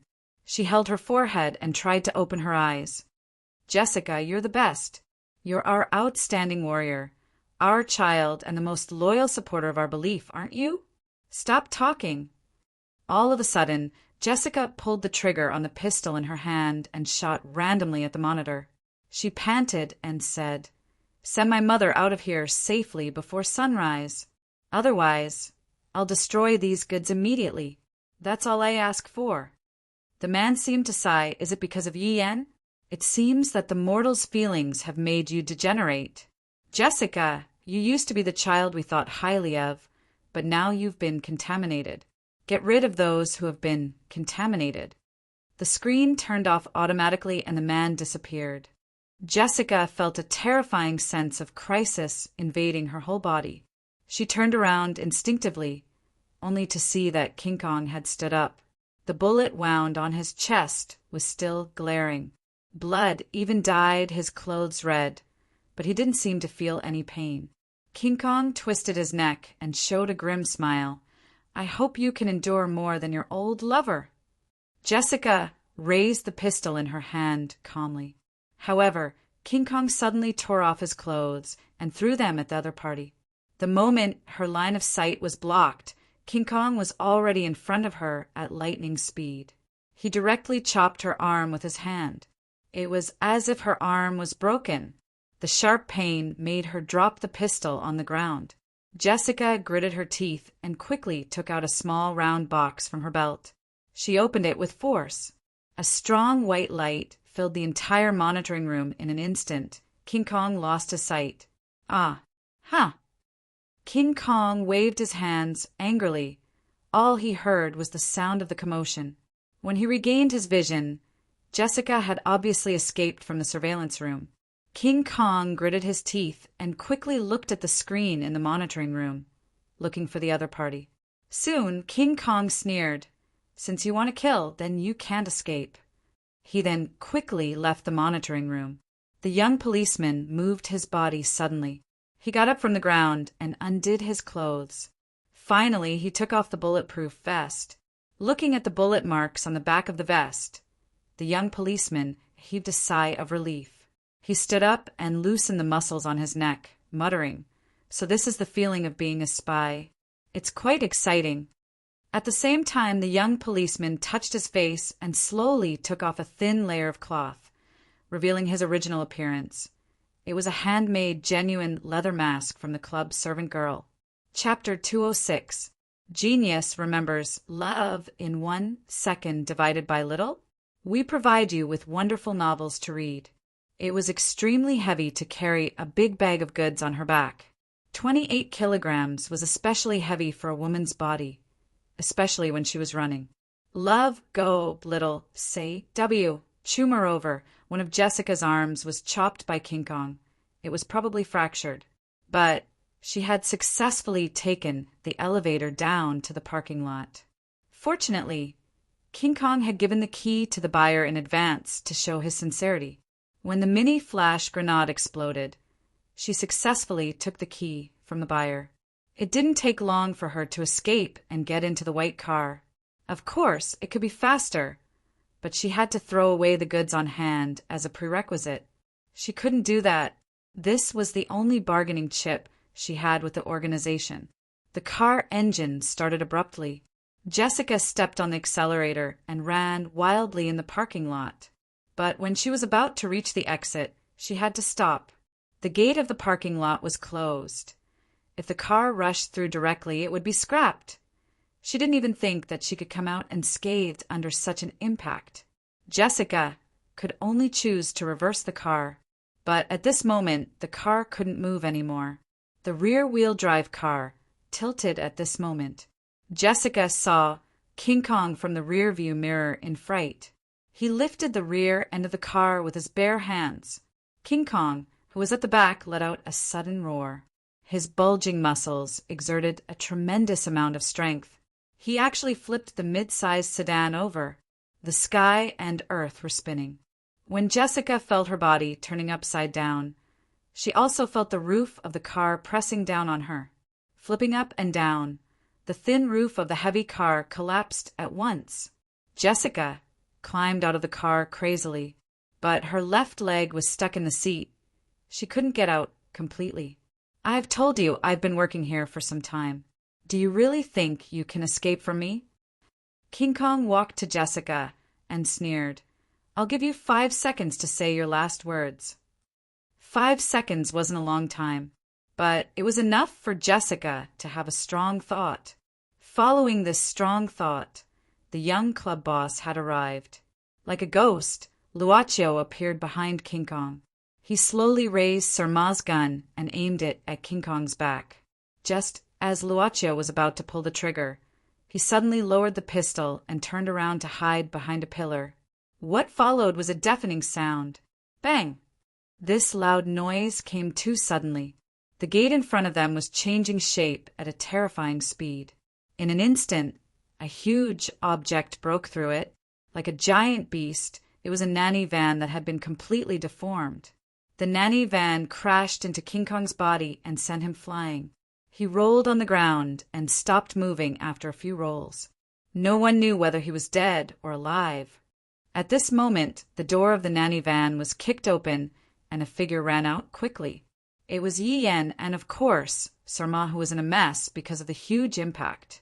Sir Ma shook his head with stars in his eyes. "Bro, can you tell me in advance next time?" Officer Ma seemed to have lost his direction, and his footsteps were messy. As for Yi Yan, who rushed out of the nanny van, he had already rushed to Jessica's side and dragged her out of the van. "Yi, why are you?" Jessica looked at him blankly. Yi Yan pressed on the bleeding part of Jessica's leg and said quickly, "I found the tracker you left in the unit you rented. The signal kept pointing here, so I came here immediately." Jessica moved her lips, lowered her head, and said softly, You believed me in the end. I'm sorry." Yi Yan took a deep breath and said, "I should have found it earlier. You said those words when you gave me the gun in the apartment that day. Actually, you didn't mention what happened 3 years ago. In addition, when you injected me with the drug, you used a product from a few years ago. Now, you don't need to use the latest product at all. Just now, when you were making the transaction, you deliberately made the buyer take such a long time. It seemed very cautious, but I kept feeling that you were stalling for time. You were hoping that I would be able to find you. Even the person who saved me was very likely to be you. You've guessed everything. I'm sorry, the people in the club are monitoring my every move. If I don't catch you..." Jessica smiled bitterly and shook her head. She sighed. "I saved you just to let them feel the danger. A potential enemy will disrupt their plan. So, this transaction was brought forward." Yi Yan frowned. "Why did you do so much? What's your purpose? Or do you intend to seize this batch of goods by yourself and deal with the whole Michael Club by yourself?" Jessica shook her head and lowered her head. She didn't look at Yi Yan, saying faintly, "I'm not as beautiful as you think. I did it for myself. I didn't even expect you to find the clues I left for you at the beginning. I just did it as an insurance measure. If I failed, you might be able to find my dead body and even this batch of goods." "You. Who are you?" "Me." Jessica looked at Yi Yan, saying sadly, "I'm just..." At this moment, Officer Ma suddenly said hurriedly, "Oldie, it's not the time for you to talk about love now. Damn, we seem to have met a monster again." It was King Kong who was sent flying by the nanny van that broke through the door. At some point, he had already stood up, and the muscles on his body were starting to move. "Yi Yan, Jessica." King Kong glanced at the 3 people in front of him. "And Officer Ma?" "Very good. All the hindrances are here. I'll just kill them all at once."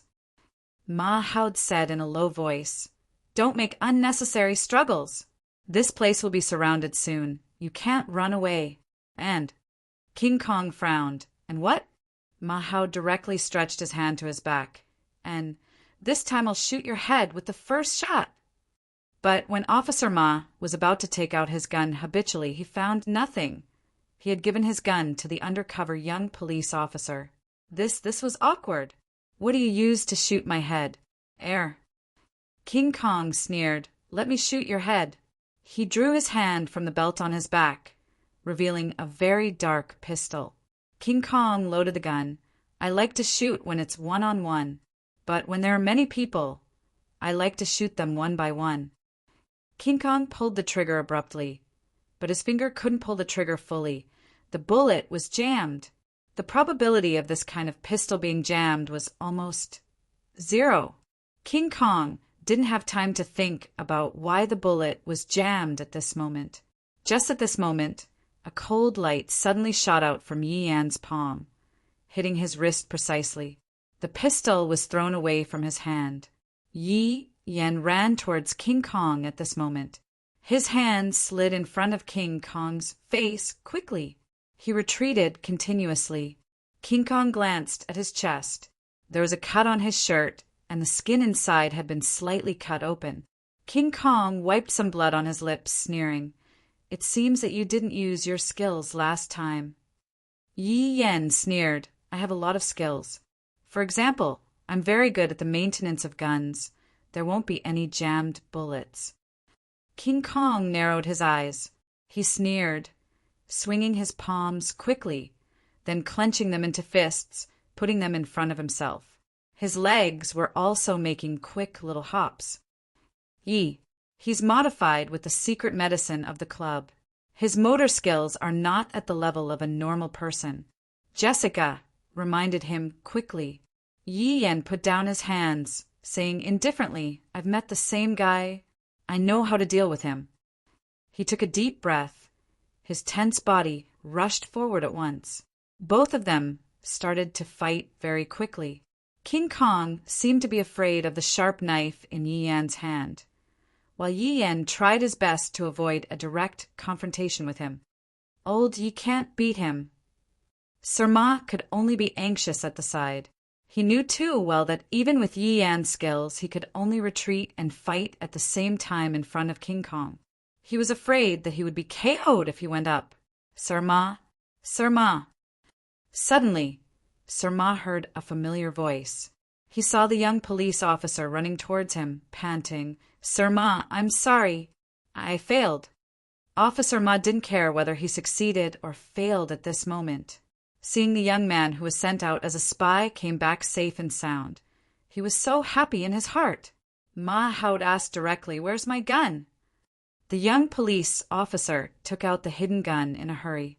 Ma Hao took it and kissed the gun body hard at once. Ma Hao pointed with one arm, shouting, Yi Yan, kneel down.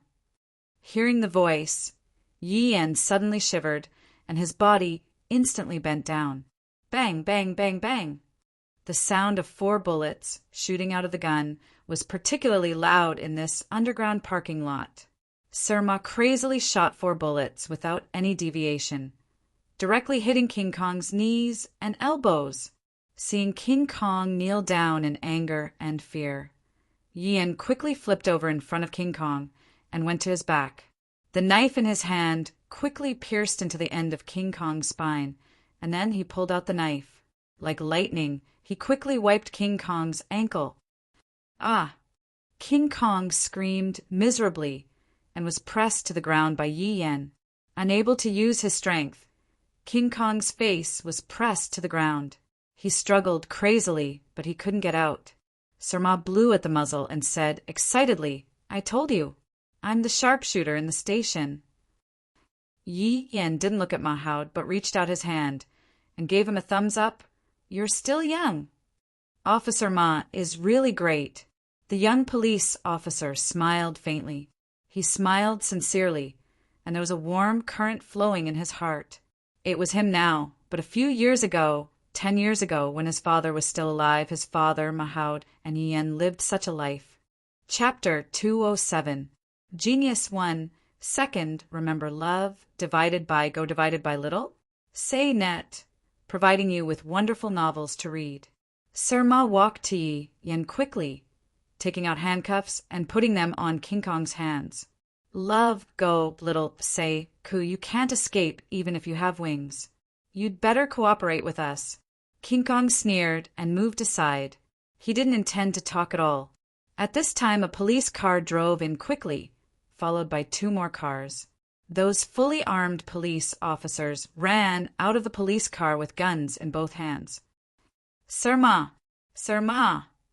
Little brats! Do you always come out only after you're done? How can you be a policeman? Officer Ma said unhappily. But you're also a policeman. But the scolded police officers didn't dare to say anything. They just caught King Kong, who had been subdued silently. Yi Yen had walked to the side. He came to the place where Jessica's car had overturned. But here he couldn't see Jessica. Yi Yen raised his head and looked at the underground parking lot blankly. He saw the young man who was sent out as a spy. He grabbed his arm subconsciously, asking nervously, "Where's the lady just now?" "Ah, I don't know. I didn't see her." The young police officer answered blankly. Yi Yen let go of him and took 2 steps back. His gaze once again scanned the surroundings. He put his palm on his lips. "Jessica! Jessica! Jessica!" He walked out of the parking lot quickly along the gate, looking for her while shouting. Luochio took off the mask on his face.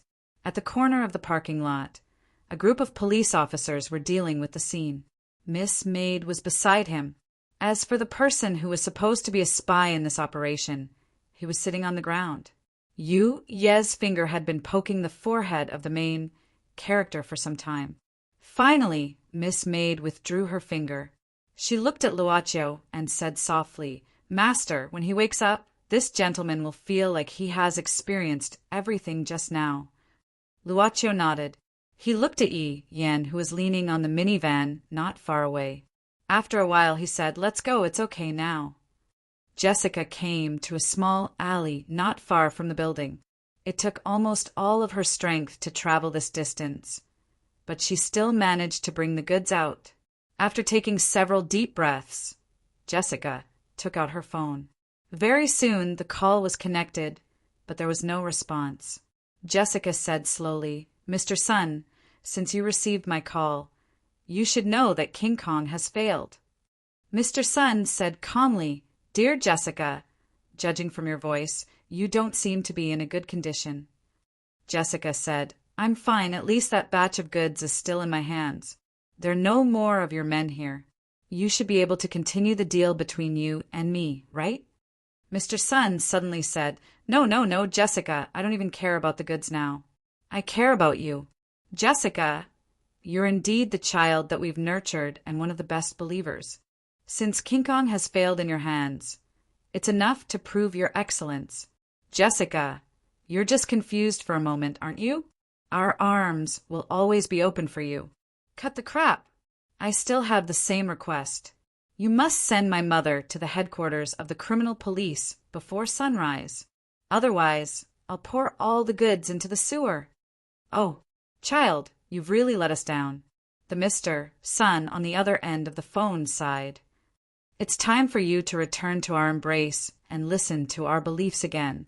A strange sound came from the other side of the phone. Jessica held her head abruptly. A horrible, ear-piercing sound was ringing crazily in her mind. She fell to the ground painfully.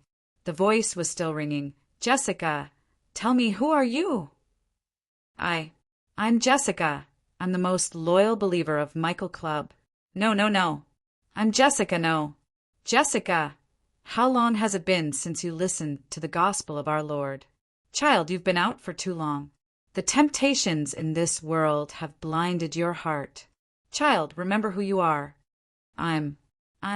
Jessica stopped, looking at a loss. She picked up the phone slowly. Although there seemed to be a faint struggle in her eyes, her consciousness was slowly being replaced by something. Jessica tried hard to control her body, but the words that came out from her mouth were not what she wanted to say. I'm the child of our Lord. I'm a believer of our Lord. I'm who could save me? Yes, you're our child. Everything about you, including your thoughts, should exist for our great Lord. Yes, now, child, tell me your location. I'll send someone to collect the goods, and of course you too. Don't worry, you'll meet your mother in heaven very soon. Meet? What Mr. Sun didn't know was that the phone in Jessica's hand was taken away by someone. Feeling that Jessica's answer was not perfect, Mr. Sun continued. Jessica, good child, tell me your location now. Well, you're that Mr. Sun? Oh, one of the Mr. Sun? It wasn't Jessica's voice, but another voice that Mr. Sun had never heard before. He frowned but didn't panic. Instead, he asked calmly, "Who are you?" Who are you?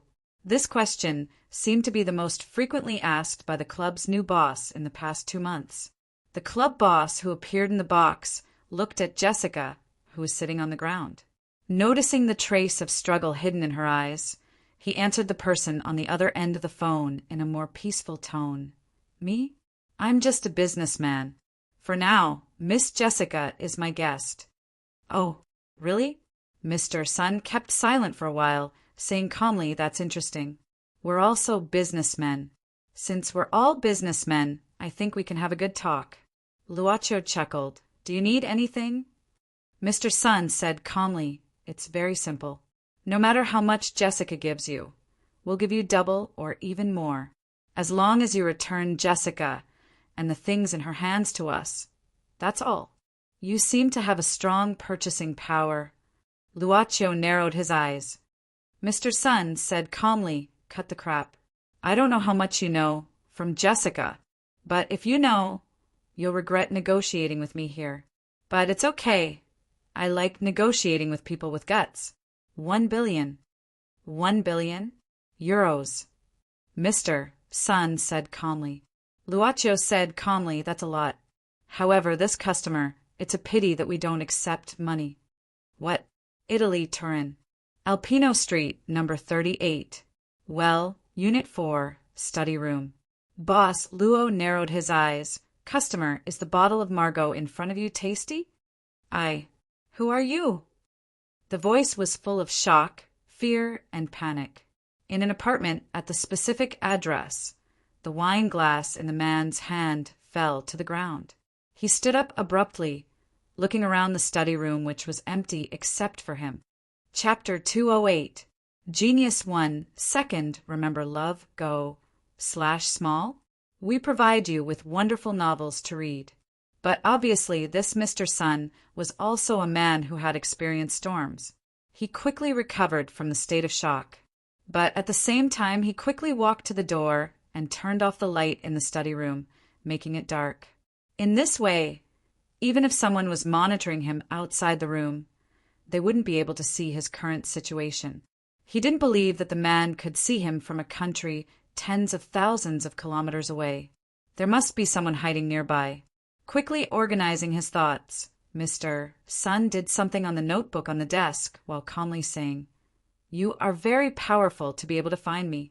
Can you tell me where you came from? If you plan to do business with us, you will naturally know us." Mr. Sun raised his eyebrows and said slowly, "You said you don't charge any money, right? Then, if you feel that money doesn't hold value, how about gold and other hard currencies?"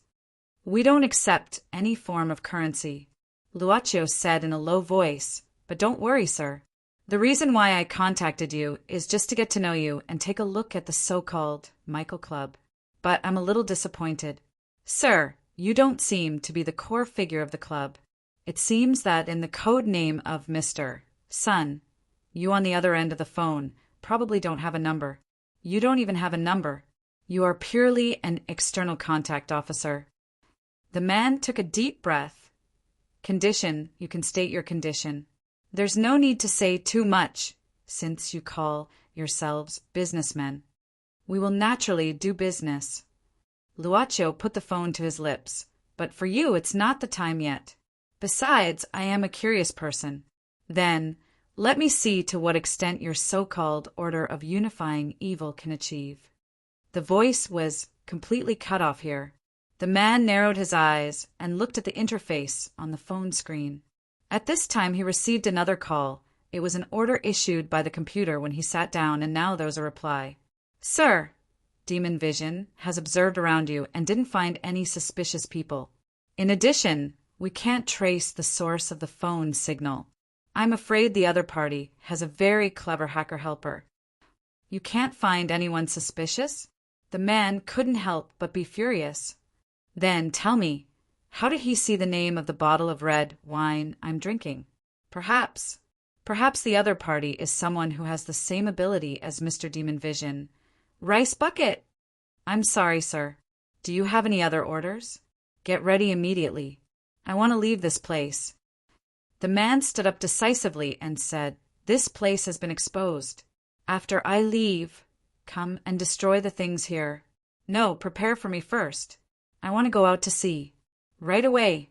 Yes, the man closed the notebook and pressed his hands on it, but he felt a kind of gaze that seemed to be poured on him all the time, making all the pores on his body feel like a cold air was being poured into his body.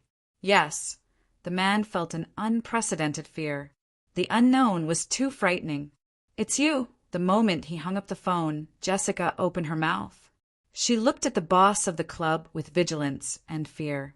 She basically heard the latter part of the conversation between him and Mr. Sun. She woke up halfway through the conversation.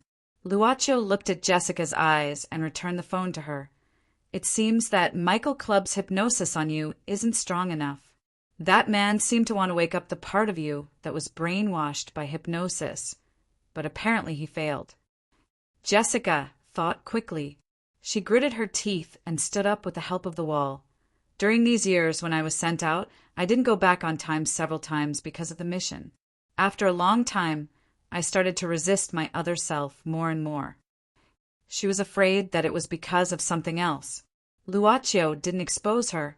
Even when she was in great pain due to the hypnosis, she obviously grasped her collar tightly for a short period of time. She grasped the pendant of the necklace inside her collar. Jessica suddenly looked at the weird boss and gritted her teeth. It seems that you know more about Michael Club than I do. Yes, I know about this place recently. The new boss of the club didn't intend to beat around the bush. Then I paid some price and finally got some information. Jessica suddenly asked, Since you know what Michael Club has done and you have this kind of strange power, why do you still allow this organization to exist?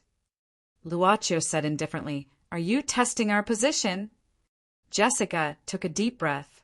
Since you have the mysterious power, you can totally make the world more beautiful, right? Luaccio shook his head. Our aim is never to give for free.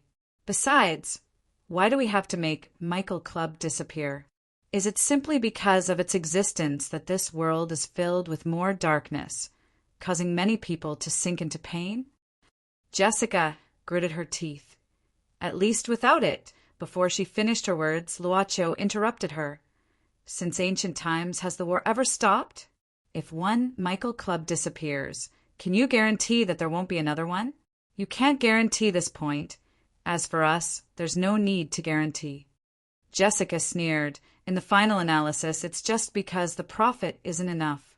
If there's enough profit, you'll naturally take action, right? You're really a businessman for nothing but profit. Luaccio said indifferently, There's no need to infuriate us. And, just like what you said, we're indeed businessmen for nothing but profit. If you can afford the transaction fee, you can ask us to make this club disappear. Jessica smiled bitterly.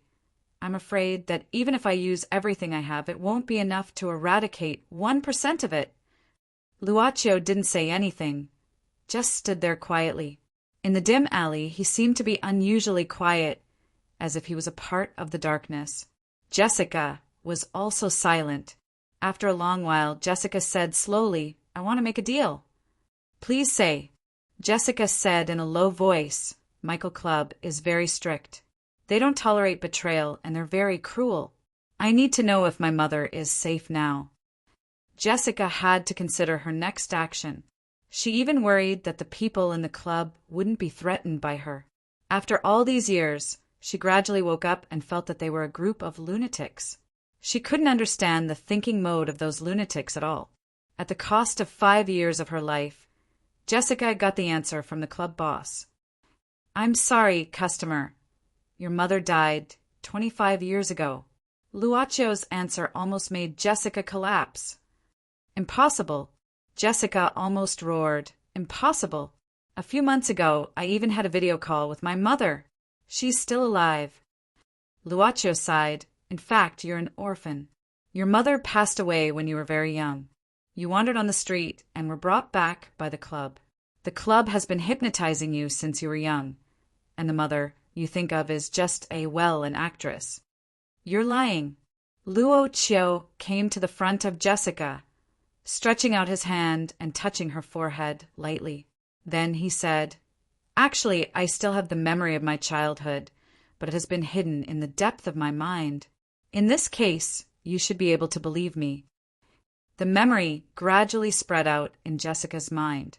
When she was 20 years old. "Mother, don't worry. I'll definitely become an excellent believer. After my birthday, I'll be sent out to fight for our Lord's cause. I'll definitely give you the chance to transcend. Child, don't work too hard. Take care of your body and do what you can." "Got it, Mother." When she was 18 years old. "Sorry, Mother, I didn't reach the target in today's training.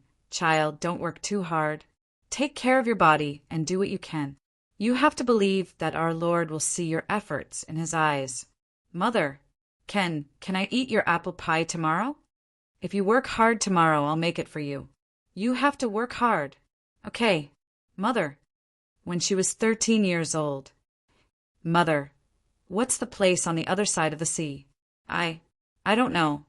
I just saw the place on the other side of the sea from videos and videos." "Are there a lot of people there?" "Of course.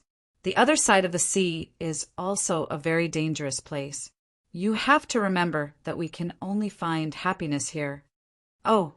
When she was 10 years old. Mother, where are you?" I'm so scared. Child, I'm here. Can you hear my voice? Good boy. Pick up the dagger in your hand. Do you see that hound? Come, believe in yourself and kill it. It's the incarnation of the devil. As the Lord's believers, we have the obligation to kill it. Listen, in order to protect the paradise we live in, sometimes we have to use force. It's a last resort. I've made the best apple pie for you. Good boy. But she was still scared. Mother, I don't want to kill this hound, 6 years old. Where is this place? Is it here? This is paradise. It's a place without sorrow and hatred. Who are you? Child, have you forgotten? I'm your mother. Mother, good boy. 5 years old. Go away, stinky brat. Don't stay in front of my dad's shop. I'm hungry. Do you want to eat? The bread here? If you pretend to be a puppy and crawl around here, I'll give it to you. Woof woof. Woof woof, eat. Puppy. 3 years old. Mother, I want to listen to the story of Cinderella. Okay, but you have to sleep after listening to it. Okay. Once upon a time there was a family of hunters. Jessica leaned against the wall. Her body slid down slowly and sat on the cold floor. Chapter 209. Genius 1. Second, remember love, go, /little. We provide you with wonderful novels to read. The number of vehicles on the street decreased, and the voices of the people gradually dispersed. 12 o'clock, midnight. 2 o'clock a.m.m. 3:30 a.m.m. Jessica finally raised her head slowly. She touched the corner of her eyes subconsciously, but found that there were no tears. Jessica was still silent. She looked at this person who was the only one who accompanied her in this dark alley, sizing him up carefully, and then said slowly, "Thank you." "Have you thought about what you need?" Jessica nodded. "First of all, the 2 letters are invalid, but I'll still use the transaction fee that we agreed on before." "Please go ahead." Jessica took a deep breath. "I need the power to fight against Michael Club." "Are you going to take revenge on Michael Club by yourself?" Jessica said indifferently, Do you need to know the purpose of your customers when you sell things to them? Luocio shook his head. No, it's just my personal curiosity. But Jessica said decisively, then don't talk about it anymore. I need the power to take revenge. As you wish, dear customer. The club's boss bowed slightly. He snapped his fingers in the air, and an ancient parchment scroll slowly fell from the sky. It slowly opened in front of Jessica. The surroundings seemed to have entered a different space, which was dark and empty. Jessica took a deep breath. At this moment, she was willing to be an avenger. The moment she pressed her palm on the sheepskin scroll, the pain caused by the fracture of her arm disappeared rapidly. Her leg that was stuck because of the car accident had recovered. A power that was far beyond the past seemed to be gushing out from her body, continuously. Suddenly, a slight crackling sound came from Jessica's body. It was a strand of blue-purple, irregular light that wound around her body. Jessica stretched out her palm, subconsciously.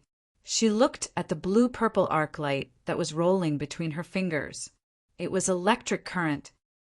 You've strengthened your body a little. Luocio looked at Jessica's astonishment after gaining the power, saying calmly, as for the electric power, it'll be stronger than your body because it'll keep growing. Of course, with its growth, it'll also reduce your life. Jessica looked at him silently. The stronger it is, the faster I'll die, and the faster you'll get the transaction fee, right? You're really a profit-seeking businessman. But she shook her head at once. It's nothing. Anyway, I've never thought of you as a kind person. It's enough for me to have these. While saying this, Jessica walked past Luocio and dashed into the depth of the alley without saying anything. Luocio looked at the goods of Michael Club with astonishment. Jessica seemed to leave them here on purpose, and she didn't intend to take them away. Luocio couldn't help but ponder as he lifted the big bag. In the residence behind the small, traditional Chinese medicine pharmacy, the old Chinese medicine doctor who had been busy for a whole day was lying on the table, sleeping soundly. Because of Officer Ma's order, the old Chinese medicine doctor could only try his best to look after the seriously injured guy who was sent here not long ago. The old Chinese medicine doctor didn't know that the patient had woken up. Yes, Yuhua had woken up not long ago. But he didn't move. On the one hand, the tendons and bones of his hands and feet were cut off, completely losing the ability to move. On the other hand, it was the side effect of the forbidden medicine. It wasn't the first time he used this forbidden medicine. Ever since the Michael Club generously sold some trial products, and when he saw his martial uncle become extremely powerful after using this forbidden drug, he knew the side effects of this drug. For a long period of time, its side effect would make people extremely weak. Only by using it continuously could one maintain his spirit. But he also knew from his uncle that using it continuously was equal to squeezing one's life.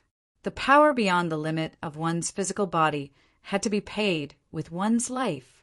However, even with this as the price, he still couldn't fulfill his original expectation and ended up like this. As a martial artist, he knew clearly how serious the consequences of his injuries were.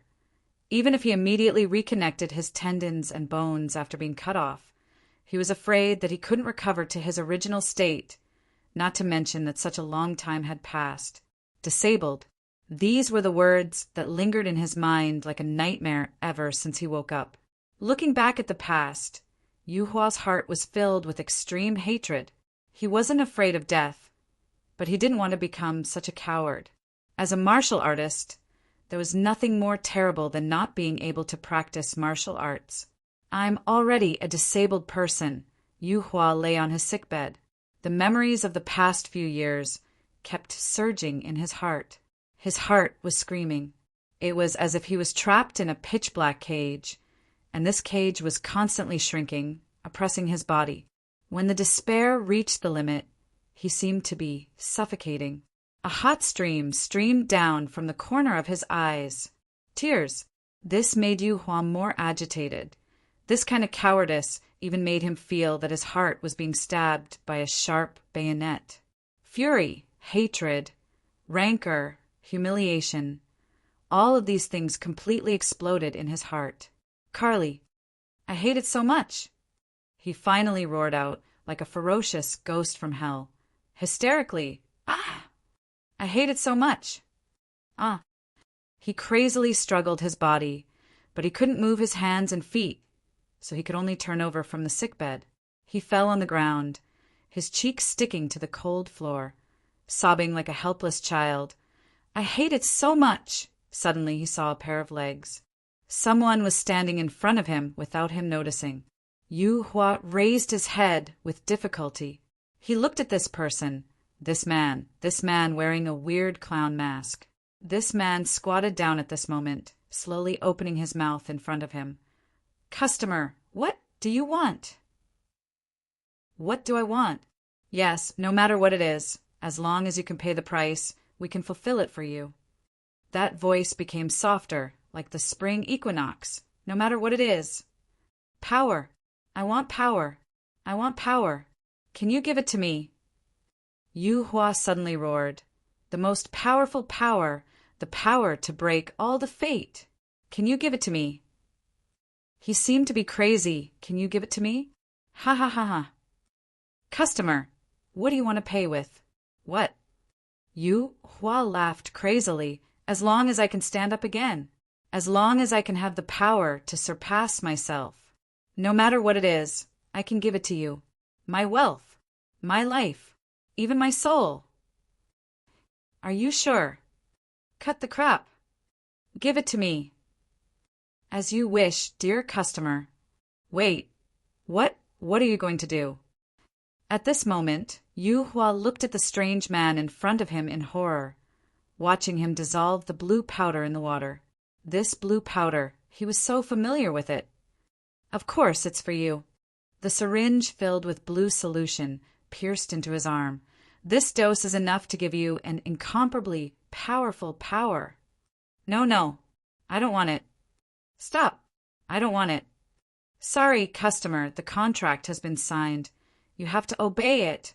Don't Power, endless power started to surge out of Yu Hua's body crazily, but his heart was beating crazily, as if it would explode at any time. One dose after another was injected into the blood vessels of Yu Hua's arm slowly and steadily. Along with the surging of his blood, the power of the blue powder was crazily flowing into every part of his body. They even rushed up to his head and invaded it. Finally, Yu Hua knelt down on the ground. His muscles were crazily expanding. His face was bulging with dense and strong blood vessels. So was his whole body. The densely packed and swollen blood vessels on his body turned into messy, spiderweb-like patterns after being rolled around. Yu Hua put his hands on the ground. His whole body was crazily trembling. His fingers were crazily clenching, easily crushing the hard ground. However, the endless power in his body was still surging, as if it had no limit. He had to vent the pain in his body in this way. His fists fiercely struck the floor. Each punch was able to shatter the hard concrete floor. He was like a pile driver in the middle of work. "Power! Ha ha ha ha! I have power! Ha ha ha!" Yu Hua stood up slowly while laughing crazily. At this moment, he seemed to feel that he was almost invincible and could even destroy everything. This feeling is so wonderful. Yu Hua looked at his hands and laughed crazily again. Then he sneered. He took a step forward. However, after only one step, he knelt down on the ground instantly. Blood, a large amount of blood, a large amount of black blood, was crazily bursting out from each of his blood vessels. "Ah!" He screamed crazily. His muscles and bones seemed to be being crushed bit by mechanical pressure. Yu Hua's eyeballs directly rolled up, showing the whites of his eyes, which were filled with blood to the limit. The man who stood in front of him from the beginning to the end and brought him the so-called power at this moment slowly took off the mask on his face. Yu Hua moved his lips, seeming to want to say something. But Yu Hua didn't say anything in the end. He had lowered his head, and his body fell on the ground like a collapsed statue, pressing into the black blood pool. At this moment, the boss of the club bent down elegantly, saying softly, "Customer, are you satisfied? Then, please pay the transaction fee." Chapter 210. A Genius Will Remember Love in 1 Second /small. This is a wonderful novel for you to read. Ma Haod and Yi Yen looked extremely serious. Since last night, they hadn't closed their eyes for more than 5 minutes, even though King Kong had been locked up. But Yu Hua was dead. The people who rushed to the old Chinese medicine doctor's place couldn't help sweating when they saw the scene. The state of Yu Hua's death was too horrifying. His whole body was lying in a pool of sticky, almost black blood. Most of his muscles were torn open, and there was no part of him that was intact. The real bloody mess was probably like this, and the cracks on the floor. Turning over Yu Hua's body, Yen looked at everything here silently. He frowned. These damages should be caused by Yu Hua. Sima also frowned.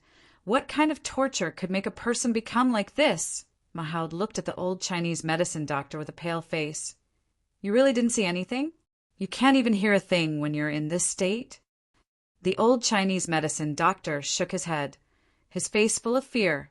Sima, how can I lie to you? Since you started working for me, I've been treating you for decades. Don't you know what kind of person I am? I saw the situation as soon as I woke up, so I immediately contacted you. Ma Hao took a deep breath. The air was filled with the smell of blood. It was like the smell of dead fish in the sewers. It was fishy and stinky. Could it be someone from Michael Club? He had to look at his old partner Yi Yen, asking the first thought in his mind. Yi Yen shook his head, sighing, no matter what, Yu Hua is dead. Besides, he's just a buyer, so he shouldn't know much about Michael Club. The key is to go to Xiao Sei Ku. Mahaud nodded. I'll send people to watch this guy 24 hours a day. He can't even commit suicide. I don't believe that the people from the Michael Club have the guts to break into the police station. With this, Sima patted Yi Yan's shoulder. Bro, don't worry, I'll send more people. As long as that lady is still here, I'll definitely help you find her and that batch of goods. Yi Yan patted Ma Hao's hand on his shoulder, forcing a smile. He heaved a long sigh, looking at the sky outside the window. It's dawn. Shall I send you back to the Peace Hotel? Ma Hao thought for a while. Yi Yan shook his head. It's okay. I want to be alone. Let me know if there's any news from King Kong. You won't go missing again, will you? Ma Hao asked seriously. It's okay. You can tell your tigress that you're safe. Yi Yan smiled. He shook his black windbreaker and walked out of the door. After washing his face, Luoqiu looked at himself in the mirror. The feeling in the Chinese medicine pharmacy had faded away from his heart. Yu Hua broke his usual calmness. After he finished the transaction, it was like an oil lamp that burned out. He returned to his room quickly, sitting in front of the desk. There were 2 letters here which were written by Jessica. Of course, according to her request, the contents of these 2 letters were invalid. But it didn't mean that he couldn't open them. Moreover, the appointed time had passed, 7:01 a.m. Luoqiu tore open the first letter. There's an island in the Pacific Ocean. It's the heaven of Michael Club. There are many people living there, including children, adults, believers. So, please liberate those people on this island. If my soul is not enough, I can at least rescue my mother and free her from the beliefs of the Michael Club, so that she can start a new life and forget my existence. There wasn't much content, but this was what Jessica wanted from the club after considering that her plan had failed. Luoqiu took this letter and put it on the top of the trash can. Since Jessica knew that her mother was just a scam, this letter had no value to exist anymore. It burned in the air and the ashes scattered in the small trash can. Luoqiu closed his eyes. He put his palm on the second letter, but didn't open it immediately. This lock couldn't stop Yi Yan. The moment he opened the door, he suddenly remembered the scene where Jessica gave him her gun not long ago. He heaved a long sigh, running his fingers across the furniture in this unit. He sat on the sofa and closed his eyes. It seemed that Jessica was sitting beside him. It seemed that she was eavesdropping on the sound of the tapping device installed in Luacio's house downstairs. Yi Yin covered his ears with his hands, tilting his head slightly. He thought that Jessica should be like this too. All of a sudden, Yi Yin pinched his finger and put it on his lips. He imagined that he was holding a recording pen. He imagined what Jessica would say if she was the one who recorded it. I came to Yi Yan's hometown. Yi Yan put down his hand, showing a smile that was neither happy nor sad. Even he himself didn't know. It was probably a smile. He looked around the room, casually. Suddenly, he saw a black suitcase under the tea table of the sofa. Yi Yan took out the suitcase, subconsciously. He touched the leather of the suitcase. It was a familiar suitcase. Yi Yan opened it. A saxophone, a letter, and a USB flash drive. It was a 2-page envelope. To Yi Yan, I know that you'll come here again, and it will most likely be soon. I know that you must be curious about who I am. I've always been a member of Michael's club. Since I was a child, I grew up under the organization's training. Yes, I've always believed that the Michael Club is the object of my faith for the rest of my life. Until I met you. I even remember that 3 years ago when I first saw you in the crowd at the airport, I still remember that you were the first person I saw. Your face was full of beard, like a drunkard who hadn't woken up yet, and the melancholy in your eyes. It's been 3 years, can't you smile happily?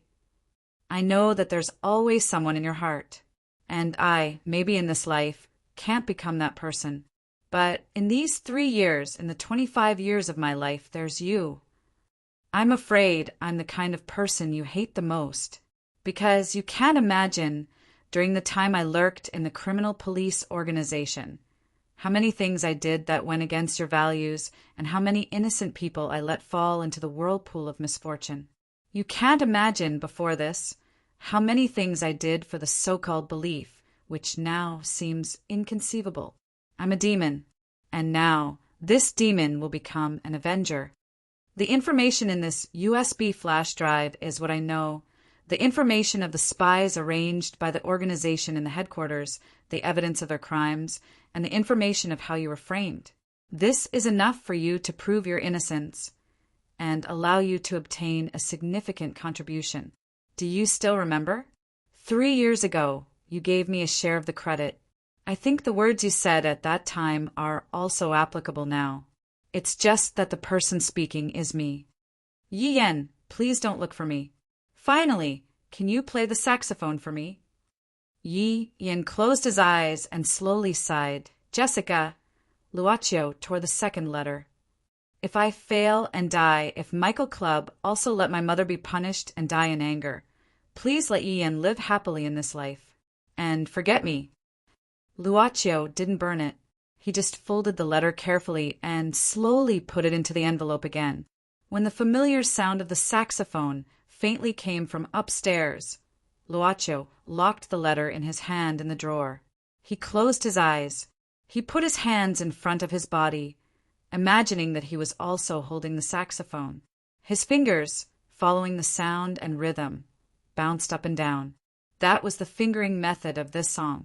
Upstairs, Yi Yan picked up the saxophone left by Jessica, standing in the quiet living hall. The glimmer of the early morning made this place as lazy and dark as a stage. He played slowly. She stood on the roof of the building, looking at the rising sun. She covered her left ear with one hand, feeling the breeze and listening to the sound from the small earphone.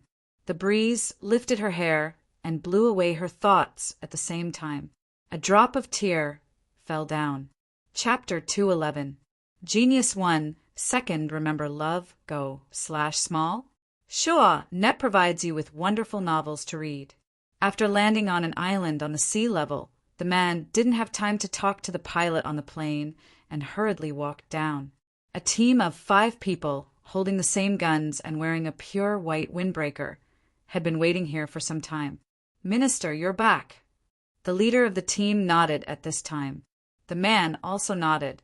He casually glanced at the other side of the island, that was the living place and the place where the believers gathered. And this side was where the base of the club was located. Mr. Sun was just a code name. In the club, everyone who was in charge of an area outside could use the code name Mr. Sun. But when he returned to the club base, the man recovered his original identity, the head of one of the 4 branches in Western Europe, code name Scorpio. Named after the 12 zodiac constellations, each branch head had a corresponding code name. Scorpio looked at the armed man in front of him. "Go in first. I want to talk to the leaders." The armed man said at this time, "Minister Scorpio, in fact, half an hour before you came back, the leaders of Hanged Man, Temperance, Pope, Priestess, Tower, and Wheel of Fortune were already waiting for you." Scorpio was taken aback. Among the 21 guild leaders, there were already 6 of them waiting for him in advance. He subconsciously thought about the seriousness of the matter. "I see." From the secret entrance, made of mountain rocks, Scorpio quickly walked all the way to the elevator and arrived at a certain deep underground area. This base had been built for a long time. Now, under the island, it had expanded to a large scale. The elevator stopped, and Scorpio walked through a series of gates. Finally, he arrived at a room alone. There was only a bridge about 4 meters long leading to the front. Scorpio took a deep breath and walked to the end of the bridge. Suddenly, there was light all around. At this moment, the appearance of the entire room could be clearly seen. It was like a sphere with a small part cut off and standing upright. The walls around the sphere were divided into 21 areas of the same size. They were all screens. At this time, only 6 of the screens were lit up. The rest were all black. Hanged Man, Temperance, Pope, Priestess, Tower, Wheel of Fortune. Scorpio looked at the images on the 6 screens one by one.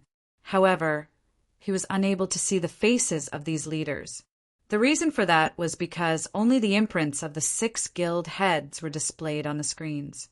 There was a corresponding mark in the tarot card.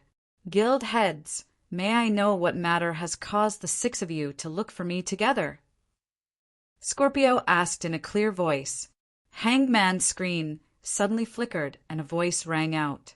It sounded like the sound of metal clashing. The specially processed voice sounded unusually heavy at this moment. "Just an hour ago, a total of 5 operatives arranged by the club in the criminal police headquarters have been arrested." Scorpio was shocked. "What? So fast?" "Hanged Man. Someone exposed their information. We've always known that the Interpol knows of our existence, and they've been working hard to find us. This time, our people's information has been exposed. Naturally, they will be controlled immediately." Scorpio frowned and said in a low voice, "It's Jessica. She must have exposed her information. Damn it, doesn't she care about her mother's safety?" Hanged Man. "She hasn't come back several times since she was sent out. Has she recovered some of her memories?" Scorpio shook his head. "No, it's impossible to break my hypnosis," but he suddenly fell into silence. Scorpio couldn't help but recall that weird phone call. That weird guy who had talked to him and easily revealed his hiding place. Was it possible for that guy to break his hypnosis? In fact, he had been waiting for Jessica to contact him on the way here, because he knew that as long as Jessica's mother was still in heaven, Jessica wouldn't act rashly. "Scorpio, why are you silent?"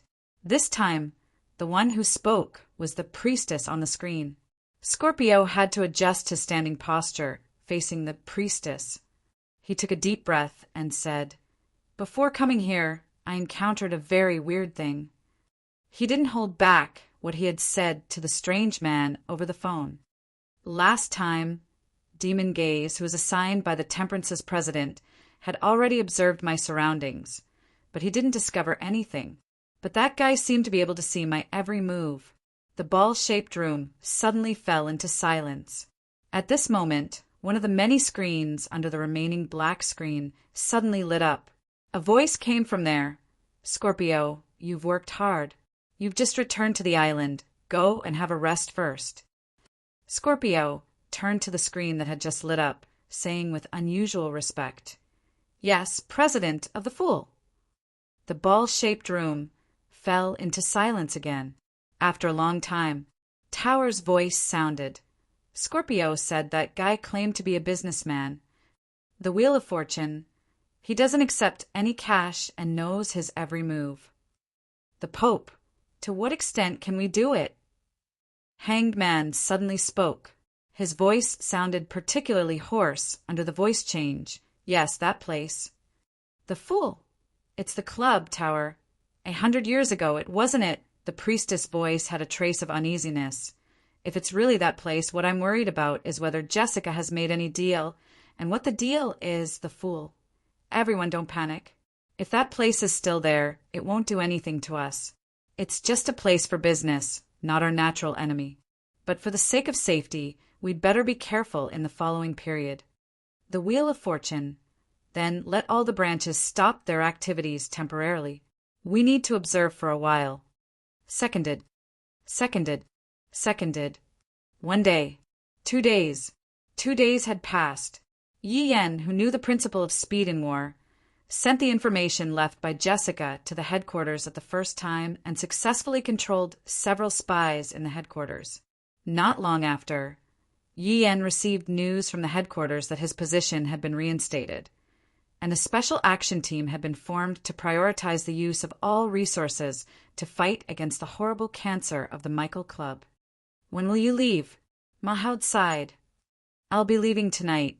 Yi Yan smiled and said, the people from the headquarters will escort King Kong and me back as soon as they arrive. After that, I'm afraid I'll be busy for a long time. Mahoud didn't say anything, but patted Yi Yan's shoulder hard. He believed that this outstanding guy would be able to make a big impact in the future. Old Yi, old Ma. Suddenly, Ren Xilin's voice was heard. Sub-editor Ren was shouting from afar. Beside her, Luocio was following her unhurriedly. On the 3rd day, Ren Xiling came to her husband's grave. Of course, Yi Yan and Mahoud had jointly made up an excuse, saying that the reason why the letter pointed to this place was that Yi Yan was waiting for someone here.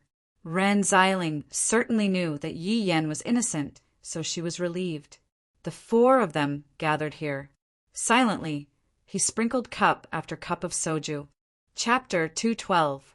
Genius remembers. Love in 1 second, divided by little? We provide you with wonderful novels to read.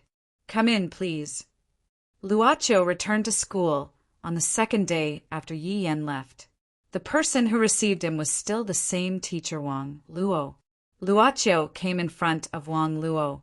She sized him up and soon recognized that he was Professor Qin Feng's former student. She also remembered the problem of how to deal with the 2 students in this class. Therefore, Wang Luo smiled. I remember it. Luocio, so have you made up your mind? Do you want to transfer to another class or wait for the newly hired teacher? She didn't finish her words, but continued. But I'm afraid there's another bad news here. I'm not sure. Due to the small number of students, the school seems to be discussing the cancellation of this major. Although they're hiring teachers, but the effect isn't good. It's okay. Luocio said indifferently, I'm here to handle the withdrawal procedures. Withdraw. Wang Luo, who obviously didn't expect such an answer, was slightly stupefied at this moment, asking in astonishment, Student Luocio, are you dissatisfied with the school's handling? If so, you can say it. We'll respect the student's opinion. From the school standpoint, Wang Luo did have the responsibility to retain such students. After all, it was not because of the student's mistake, but because of the school's teacher's problem. Wang Luo didn't know what kind of person this student was. If he spread the school's fault outside after leaving the school, it would be troublesome. No, it's just my personal reason. Luocio said politely, Teacher, please rest assured that I won't hold the school accountable. If you're worried, we can sign an agreement. Well, Wang Luo considered for a while. Would you like to wait for me? I'll make a phone call. Luocio nodded. Wang Luo left the office quickly and made a phone call outside the corridor. Not long after, she walked back quickly. It's okay, the leader said there's no problem. But as for the paperwork, I don't think we can do it today. Yeah. Wang Luo, who hadn't finished her words, covered her mouth at once. Frowning, she revealed a look of retching. Are you okay? Wang Luo took a few deep breaths and drank a mouthful of water before shaking her head. She lowered her head and reached out to touch her belly. Revealing a smile, she said, I'm fine. I've gotten used to it after a few days. Luocho smiled and said, Congratulations. Wang Luo sighed. I didn't want to have a child before, but in the end, I still found myself pregnant. Sigh, I'm still a little scared these days.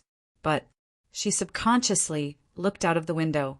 It was the location of a large tree that was blown down by the typhoon not long ago. She gently stroked her belly and revealed a blissful smile. I have a feeling that this child will be a girl. Luocho nodded and said with a smile, Yes, I think she will be a very cute girl. Love, go little, say netuku, thank you. Sub-editor Rin, who was looking for news material on the street, looked up at the scorching sun and said to her assistant, Lizzie, go and buy 2 cups of milk tea. It's my treat. Sister Rin, didn't you hurt your hand? Don't you need to abstain? The assistant rolled her eyes. Besides, milk tea is high in calories. The assistant pinched her slightly protruding belly. I'm not like you. I don't gain weight no matter how much I eat. Rin Xiling suddenly lost her interest. She looked at the people walking around in boredom. Suddenly, she said, I was wondering why there were so many students walking around in the streets today. Don't they have classes? Lizzie smiled and said, Summer vacation is here. School is on holiday. Sister Rin, don't you know? Rin Xiling blocked the sun with her hand, looking at the blue sky, and sighed. Summer vacation, summer vacation, summer vacation, summer vacation. Sub-editor Rin suddenly grabbed her assistant's arm, squinting. Lizzie, didn't a holiday house ask us to do a report last week? Where's the information? Ah, Sister Rin, didn't you say you were not interested? I turned it down on the same day. Hurry up.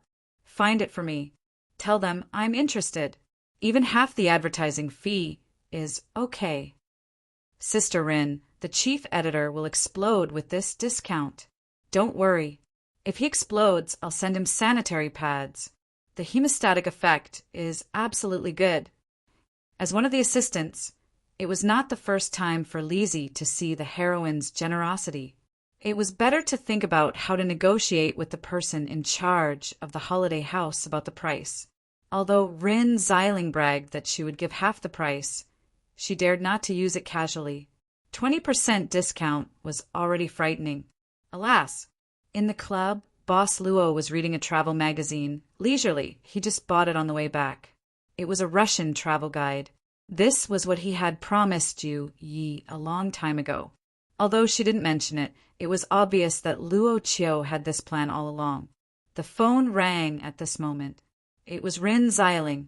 Luo Qiu suddenly had a bad premonition. He hesitated for a moment, but still picked it up. It was sub-editor Ren's extremely gentle voice that could make people have goosebumps. Luo Qiu could even imagine that this woman must be squinting her eyes at this time.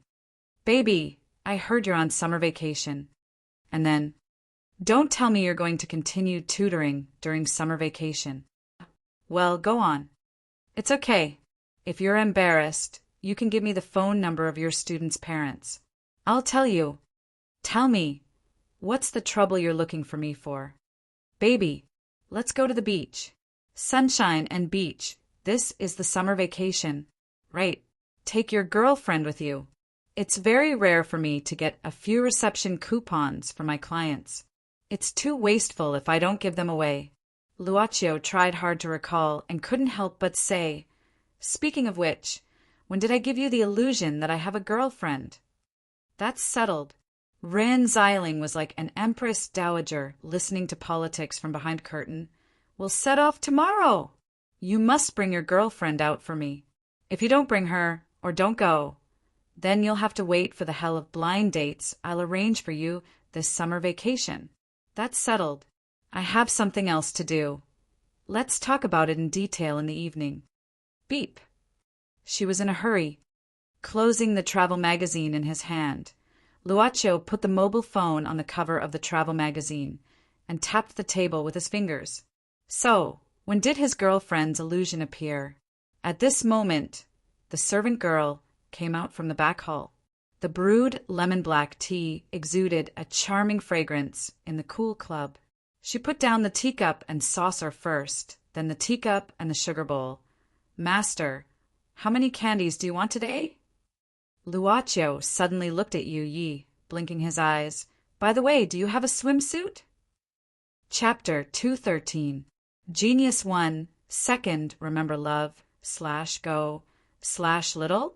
We provide you with wonderful novels to read. Lizzie looked at the two people in the driver's seat and the passenger's seat. Everyone in the company knew that Sister Rin had a very old son.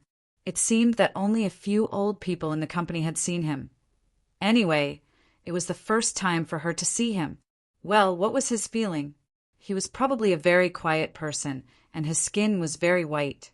He didn't look like the kind of person who often exercised outdoors. At this age, he probably hadn't graduated from college or something. Anyway, in Sister Wren's car, she and Luaccio had only introduced each other to each other. It seemed to be difficult to talk. Lizzie began to scroll through the circle of friends on her mobile phone. There were some pushed news. "Hey, Sister Wren, the weather forecast said that there seems to be a typhoon coming. Is there any problem with a typhoon?" Ren Xiling was excitedly driving on the mountain highway. Seeing that the speed had reached 145 kilometers per hour, she didn't seem to be satisfied. It's summer. It would be strange if there is no typhoon. Lizzie always felt that Sister Rin was particularly excited today. It was just going to the beach, but it didn't seem to be necessary. "Hey, there is a legend near this resort." Lizzie looked at her mobile phone and said excitedly as if she had discovered a new world. "What legend?" Probably because of professional habit, Ren Xiling subconsciously turned her head at this moment. But when she just turned her head, Luaccio, who was sitting next to her, pushed her face back. "Drive."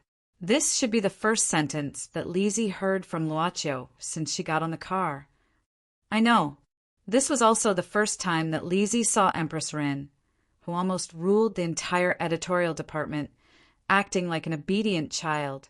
It simply refreshed her understanding of Empress Rin. "Legend says." But Lizzie had to finish her words. At this time of the year in this bay, in a specific place, you can hear the song from the sea. Luaccio frowned, but Ren Xiling snorted. "Is this a legend? Is it the sound of the sea breeze passing through reefs, cliffs, caves, and so on? In my opinion, this is just a deliberate fabrication by the merchants in the tourist area to attract tourists. Was there a lack of such occurrences? Lizzie, we are media workers." Lizzie shook her head and said, No, I'm sure it's a song. It's said that it's a language of unknown meaning. Oh, the person who posted this also recorded a part of it. Shall I play it for you? The volume of the phone was turned up to the maximum, and some sounds could be vaguely heard. However, since they were traveling at high speed, the sound of wind resistance was rather loud in the car. Ren Xiling had no choice but to slow down. Seeing the car slow down, Luaccio was relieved. He closed his eyes so that he could better listen to the recording from the phone. She sang in a low voice, like a murmur. Luaccio couldn't distinguish what language it was, but he could tell that the voice was very clear and bright. It should be a female voice. Luaccio's heart suddenly moved. When she wanted to take a good look at this post, she found that Ren Xiling and Lizzie seemed to be distracted. He frowned and put his hand on the steering wheel. The turn was in front, but the car didn't turn. At the moment when the steering wheel turned, Luaccio casually pressed the horn. The harsh horn suddenly made Ren Xiling quiver, and she quickly steadied the steering wheel with both hands. F***CK. I was scared to death. Ren Xiling was still scared, patting her *S with one hand. And Lizzie, who just realized what had happened, also broke out in a cold sweat. The car stopped at the side of the road, and they could see the sea below. Ren Xiling took a long breath. "This song is poisonous." I was distracted while listening to it. Lizzie nodded and said, yes, the person who posted it also said so. They said that they seemed to forget the time while listening to it.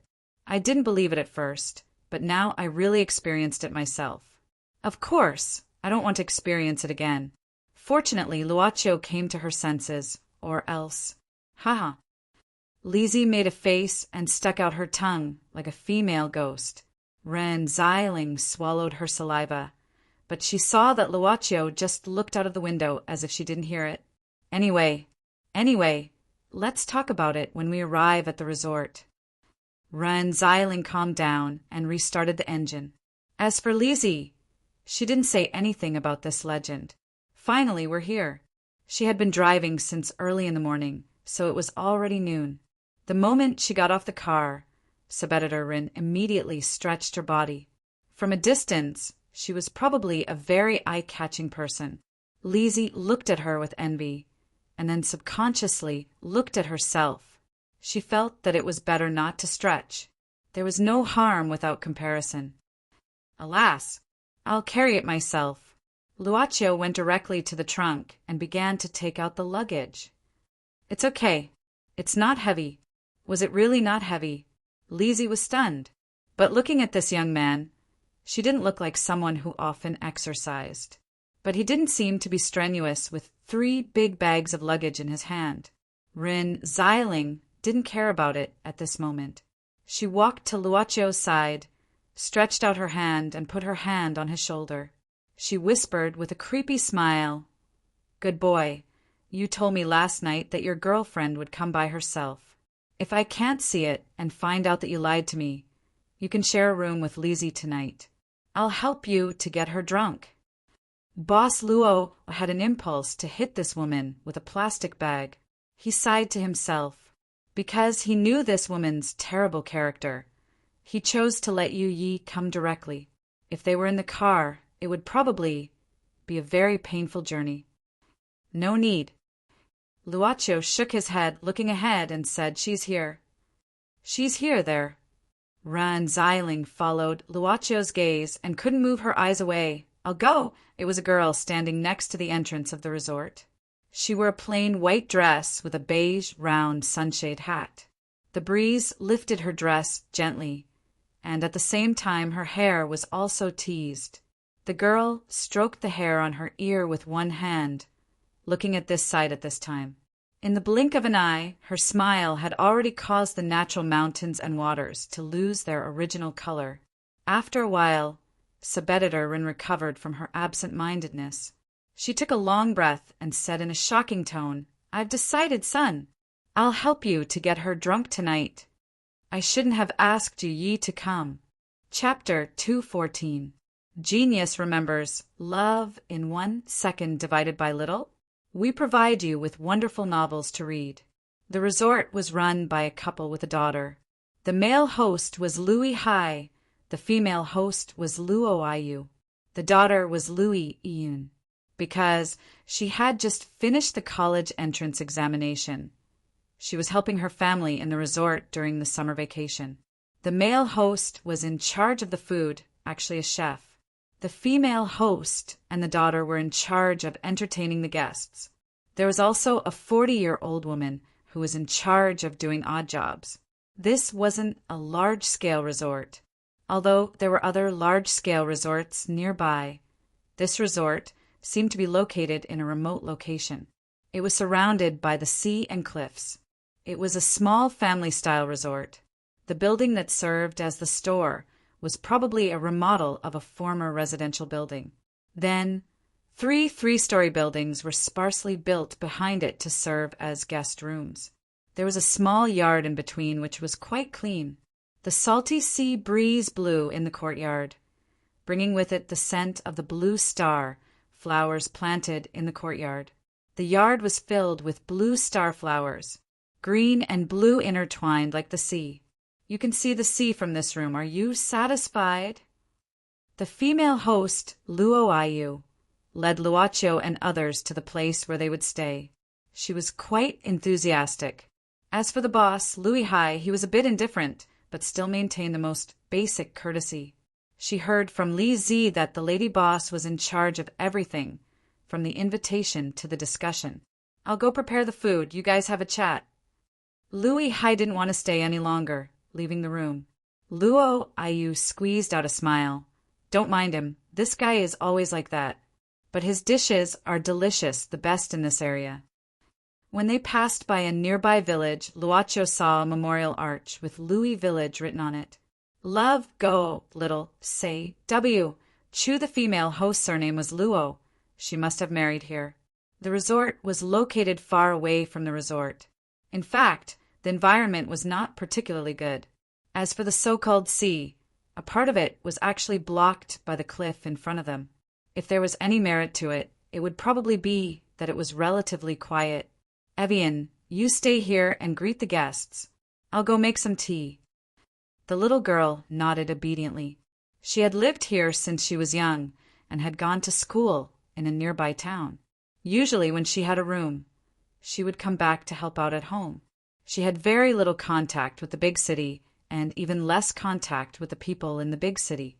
The people she had interacted with were all guests from the nearby towns, and most of them were middle-aged and elderly. Young people generally wouldn't choose this place because there wasn't much entertainment, but all of a sudden there were so many beautiful people. The little girl couldn't help but feel a little reserved. Ren Xiling wasn't really writing for this place, but as a professional, she definitely wouldn't be careless in this regard. Sub-editor Rin wanted to finish her work as soon as possible so that she could continue her plan. Therefore, she grabbed the little girl and started to ask her questions. Are there usually many customers here? Louis Ian shook her head, sighing as she wasn't too scheming. Not many.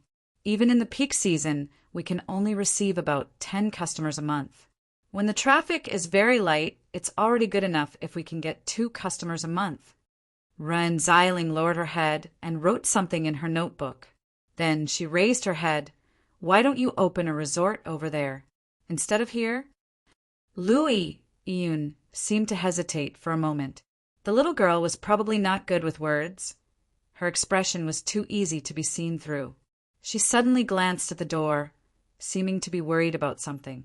Ren Xiling's eyes turned. If it's inconvenient, it's okay if you don't want to tell me.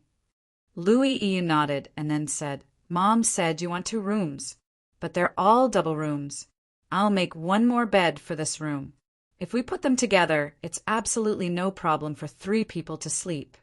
Put a bed together? Ren Xiling suddenly smiled. No. Sub-editor Rin smilingly pointed at Luocho and Yi, speaking like a brothel keeper. These 2 share a room. Yes, we share a room. Unexpectedly, Luocho nodded directly. Ren Xiling gave a start, opening her mouth. What the hell? She thought Luocho would refuse at this time. Who would have thought that he would agree so directly? Could it be that he had already? Sure enough, the kids nowadays were all so precocious. In sub-editor Ren's mind, she began to deduce the wonderful content of what would happen after midnight. She looked at Yu Yi. She really couldn't find any fault with this girl. Although they didn't talk much recently in Ren Xiling's eyes, such a quiet girl seemed to be a perfect match for Luocho. Even under Luocho's affirmative answer, she didn't feel shy at all.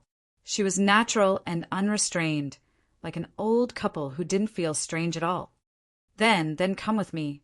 But the little girl didn't seem to be able to let go of this aspect completely. She had to lower her head, walking out of the room in a hurry. Seeing Yu Yi smiling and following Luocho obediently, Ren Xiling touched her chin, muttering to herself, I miscalculated. Sister Rin, what did you miscalculate? Ren Xiling said with a straight face. I thought I knew my son thoroughly. He's a piece of wood, but unexpectedly he's really boring. These 2 couldn't have done it many times, right? Sister Rin, don't be like this. I'm just a kid. Go away. Ren Xiling rolled her eyes at Lizzie, suddenly saying, Oh, stick to the wall and listen to the soundproofing of this room. What's wrong? Are you stupid? If it's too intense at night, can you control yourself? Ren Xiling hummed. Or, do you want to do something embarrassing with me? Seeing Ren Xiling stretching her claws, Lizzie suddenly leaned against the wall, saying in horror, "Sister Rin, I'm really just a kid, don't mess with me." Hey, catch! Are you satisfied with this room? Lu Yiyun took a deep breath. She didn't know if it was an illusion, but she felt more pressure to receive these 2 people than to receive 4 people just now. If not, there are more upstairs. Luocio shook his head. He walked to the floor-to-ceiling window, opening the door, and walking to the balcony, looking at the cliff and the sea. In fact, there was a lawn outside with a simple stone wall made of stones and cement. This holiday house was actually built in the middle of the hillside. "Who's that?" Luocio suddenly pointed at an old man sitting on a bench on the lawn outside. At this time, the old man was just holding a drawing board and looking into the distance. "Oh, that's my grandpa." Lu Yiyun smiled. "He's not a stranger, don't worry." Luocio nodded, walking down the small wooden ladder beside the balcony, seemingly walking towards the old man. "This guest." Lu Yiyun gave a start. The servant girl smiled. "It's okay, he's just walking. By the way, little girl, can you do me a favor?" "Oh, please. Can you take me to the kitchen? I want to prepare the food myself." The little girl gave a start. She had never encountered such a request. Luocio looked at the old man. He seemed to be in his 60s or 70s. He wore a hat and sat on the bench near the cliff. It seemed that he had been there for some time. The pencil used for scanning stayed on the drawing paper, seemingly not moving at all. Just a few strokes drew an outline, which vaguely looked like a sketch of a human body. The old man didn't seem to notice someone coming, or he didn't care about it, even if he did. He just looked at the sea ahead, quietly. When the sea breeze blew, the blue star flower planted under the small stone wall swayed. Luocio sat at the other end of the bench, taking out his phone to take a picture of this moment. He lowered his head, fiddling with the photo, suddenly whispering, "Why don't you finish the drawing?" The old man didn't seem to hear it until the second gust of sea breeze blew. He said slowly, "I can't remember. Can't remember. Can't remember." He suddenly grasped the pencil in his hand, quickly drawing on the drawing paper. The crisscrossing lines were just meaningless, messy strokes. The vague outline was soon covered by the messy strokes, and the original appearance couldn't be seen anymore. "I can't remember." Chapter 215. A genius will remember love in 1 second. I will provide you with wonderful novels to read. Luo Yu was a person who was good at talking. In Rin Xiling's opinion, she should think so. Ha ha ha, Miss Rin is so beautiful, and her career is so successful. I really admire you among women. Her clothes were a style that had been popular a few years ago. She discovered that it was probably done in a hairdresser in a nearby town. It wasn't good, but it wasn't bad either. Every part of her body had traces of being able to be dressed up, but there was a kind of feeling that couldn't be combined no matter what. "Well, can I stand here? This way, you should be able to look thinner." Luo Yu fiddled with her hairstyle. "By the way, Miss Rin, it's better to show the best part of my resort. I spent a lot of money to renovate it recently. It's a pity not to let people see it. Is there a need for this resort to exist?" Although the nearby area was a tourist area, Ren Xiling still felt that she was cheated. She really shouldn't accept this small advantage. If she went to the resort to do a tour guide at her own expense, she was afraid that it would be more worry-free. "Lady Boss, stand over here. Yes, this is the position. Very good, very good. Well, in this way, there is no need to block the sea view outside. As for people, of course, it was out of the focus, so it was cool there. Li Zi, give me the 70 to 200 millimeters lens." Okay, the lady boss was very satisfied. Looking at this Miss Rin, who came from the big city and installed a long lens, she felt very professional. Although it was painful to spend the money, it was worth it. Unexpectedly, Rin Xiling stopped at this time and looked at the place where her lens pointed. "This guy, what is he doing there?" Luo Yu was stunned and subconsciously looked back. She saw the bench on the lawn, frowned and quickly said, "Sorry, Miss Run, I'll go there." She didn't say it clearly and went out at this time. "Sister Ren, shall we follow and see?" Li Zi asked at this time. Ren Xiling shook her head and said no need. "Let's walk around and take photos. I'll see if I can finish the manuscript tonight. The rest of the time is to play." Okay. The messy brush strokes had already filled the drawing paper with all kinds of irregular lines. In the end, it even became a huge whirlpool. The old man was constantly drawing a ball, and the words I can't remember kept repeating to himself.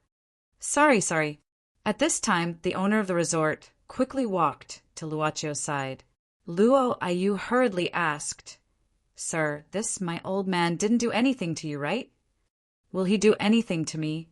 Luocchio looked at Luo Ayu and suddenly asked. Luo Ayu glanced at the old man. Seeing that he was just scribbling on the paper, she seemed to be relieved. She forced a smile and said, No. He's just an old man. His mind isn't very clear. Sometimes he can't recognize people, but he definitely won't hurt anyone.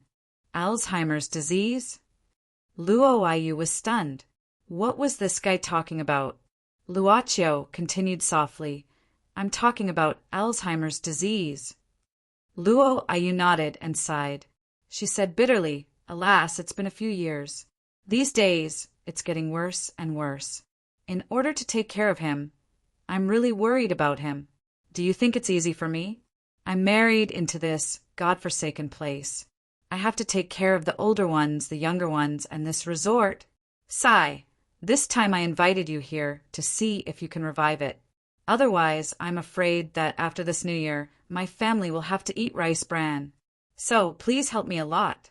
Luocchio was not interested in listening to the owner's chatter here.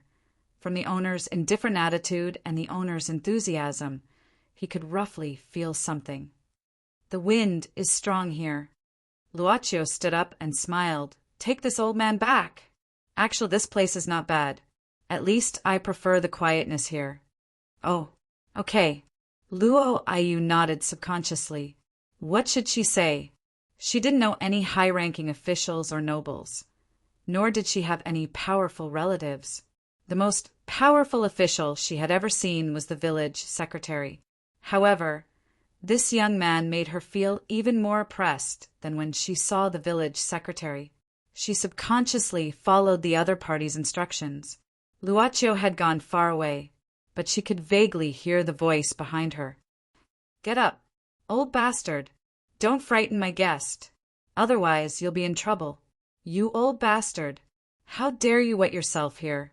My God, what kind of sin have I committed? Get up. You old bastard, get up. What the hell are you drawing? The older you are, the more sick you are. It's better to let the monsters in the sea eat you. Get up. Song legend." Luocchio returned to the room and closed the window. He sat on the deck chair by the window and gradually looked at the gray sky. At this time, the phone was turned on. It was the strange song that Li Zi had played in the car before. Boom! There was lightning in the sea. Iyun, Iyun. Luo Ayu called her daughter after pulling her back from the lawn to the holiday house. But when she returned, she saw her husband sitting at the front desk of the store, drinking beer alone in broad daylight with a straight face. Her daughter heard the voice and rushed out. "What's wrong, Mom?" Luo Ayu pulled her aside, asking quietly, "What's your dad doing? Doesn't he need to work? It's not dark yet. Why is he drinking?" Lui Iyun glanced at her father, saying hesitantly, "Just now, the most beautiful lady asked me to take her to the kitchen, and then ours." Luo Ayu frowned. "Is she afraid that our kitchen is not clean?" Lui Iyun whispered, "No. That lady said she would prepare the food and Dad didn't need to do it. Then my father got angry and quarreled with that young lady. In the end, after that young lady showed off her knife skills, my father ran out to drink without saying a word." Luo Ayu was stunned. Although her husband couldn't earn any money because he was guarding this holiday home, she really couldn't find his culinary skills in this area. Back then, if it wasn't for his culinary skills and the fact that he could make a name for himself, she wouldn't have married into this damned place from the neighboring town. But this bad-tempered guy became so dispirited after seeing someone's knife skills. It was the first time for her to see that. Grandpa, what's wrong? Lu Yun looked at her grandpa. Luo Ayu turned around and looked at the old man, only to see that he was taking off his pants. She immediately said excitedly, "You old bastard. I asked you to change your pants in your room, not here. What kind of sin have I committed to meet an old fart like you? And I married a good-for-nothing. Enough. You're so noisy. All you do is to quarrel. Do you know anything else?" Louis Hai stood up suddenly. "Go to the kitchen if you dare. Don't you feel ashamed to be kicked out by a little girl?" Luo Ayu snorted. Louis Hai was speechless, his face turned red, and he snorted. "I'm so unlucky to meet such a freak in your family. Fortunately, there's only one old bastard father-in-law. If there's another old bastard mother-in-law, I'll die of anger. Don't mention my mom." Louis Hai glared at her like a bull. He smashed the beer bottle on the ground. "Say it again." "What? Do you want to beat me? Go ahead. Go ahead." Louis Hai raised his hand. After taking a deep breath, he closed the door and walked out without looking back. "Don't wait for me for dinner." Hearing Louis Hai's voice, Lu Yun was so anxious that her eyes turned red. But she could only pull her mother, saying in a hoarse voice, "Mom, don't be angry. There are guests here. Don't quarrel with Dad." "I don't care either." Luo Ayu waved her hand, walking in too. Louis Yun could only look at her grandpa silently. He didn't know what happened, right? Chapter 216. Genius remembers love in 1 second divided by little? We provide you with wonderful novels to read. It was close to evening. The dark clouds on the sea had spread to this side, and then the wind and rain came. When it was time for dinner, everyone gathered in the so-called canteen, which was converted from the former living room. In fact, there were only 3 round tables, separated by a small screen. The canteen painted with white dust looked very simple, but the dishes served by Louis Yun blocked the mouths of Ren Xiling and Lizzie. But no matter how much food there was no way to completely block sub-editor Ren's mouth, because Yu Yi was not here. Ren Xiling, who didn't have a good conversation all day, naturally wanted to get to know each other at the dinner table. "She's not feeling well, resting in the room," Luochio said casually. "Not feeling well." Ren Xiling gave a start, looking at Luochio suspiciously, but asked with concern, "Did she get sunstroke? Is it serious? Do you want to see her?" "No need, just let her sleep for a while." Luochio shook his head. It was better to say that Yu Yi didn't need to eat than to say that she didn't have this function. No matter how good the food was, it would be quite troublesome to clean it up after she ate it. Louis Yun, who was carrying out the last dish, heard it and said subconsciously, "Is that lady tired? After all, she cooked so much food at once." "How much?" It was easy to find seafood at the seaside. The table was full of sashimi, seafood soup, 9-section prawns, steamed fish, sea snails, and stir-fried delicacies, and the dishes were arranged carefully. This table of delicacies was like a 3-star Michelin restaurant, but now they were served in this simple canteen. Louis Yun still felt it was unreal. She more or less understood her father's feeling of powerlessness. "Ah, these are made by Yu Yi?" Ren Xiling opened her mouth, obviously surprised. The little girl smiled and said, "Yes. Originally, we shouldn't have asked the guests to do this, but that young lady said that it would be better if she cooked it for you personally." Ren Xiling's eyes lit up. She picked up a piece of sashimi with her chopsticks and put it into her mouth. Even though she didn't dip it in soy sauce and didn't use the usual wasabi paste, she used mashed radish instead. The layer of fat on the sashimi and the fish meat seemed to have been calculated as they intersected with each other. He could feel the sweet fish fat and fresh fish meat on his taste buds, along with the slightly spicy and refreshing taste of the white radish. It exploded all of a sudden, and then he felt as if ice and snow were slowly melting. Rin Xiling subconsciously closed her eyes, revealing an intoxicated expression. She suddenly widened her eyes. This daughter-in-law, I'm definitely... No, you're definitely going to marry her. He was completely bought over with just a table of dishes. Luocio looked at Ren Xiling as if she was mentally retarded, but he threw a piece of peeled 9-section prawn into Ren Xiling's bowl. Love, go, little, say, Netukarin Xiling, who had long been accustomed to this, rolled her eyes and said, Do you want to shut me up? Luocio pretended that he didn't hear it. Instead, he looked at Lu Yiyun. Won't the boss and his wife come out to eat together? We can't finish the dishes here. It'll be more lively if we eat together, and that grandpa. Lu Yiyun shook her head. My dad went out. As for my mom, she said she's a bit tired, so she's resting in her room. As for my grandpa, he's not used to eating with others. She couldn't say that her family had a quarrel just now, right? The little girl sighed in her heart.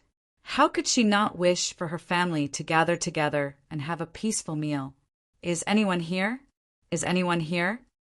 Suddenly, a loud and clear voice came from outside.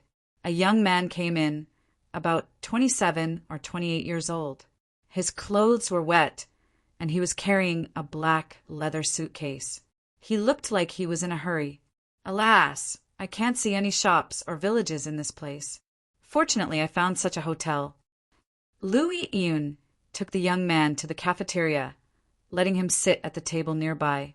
Perhaps it was not convenient to greet him in the front, because the helper had already finished work before the rain. Sir, this is a holiday house, not a hotel, Lu Yiyun said in a charming manner.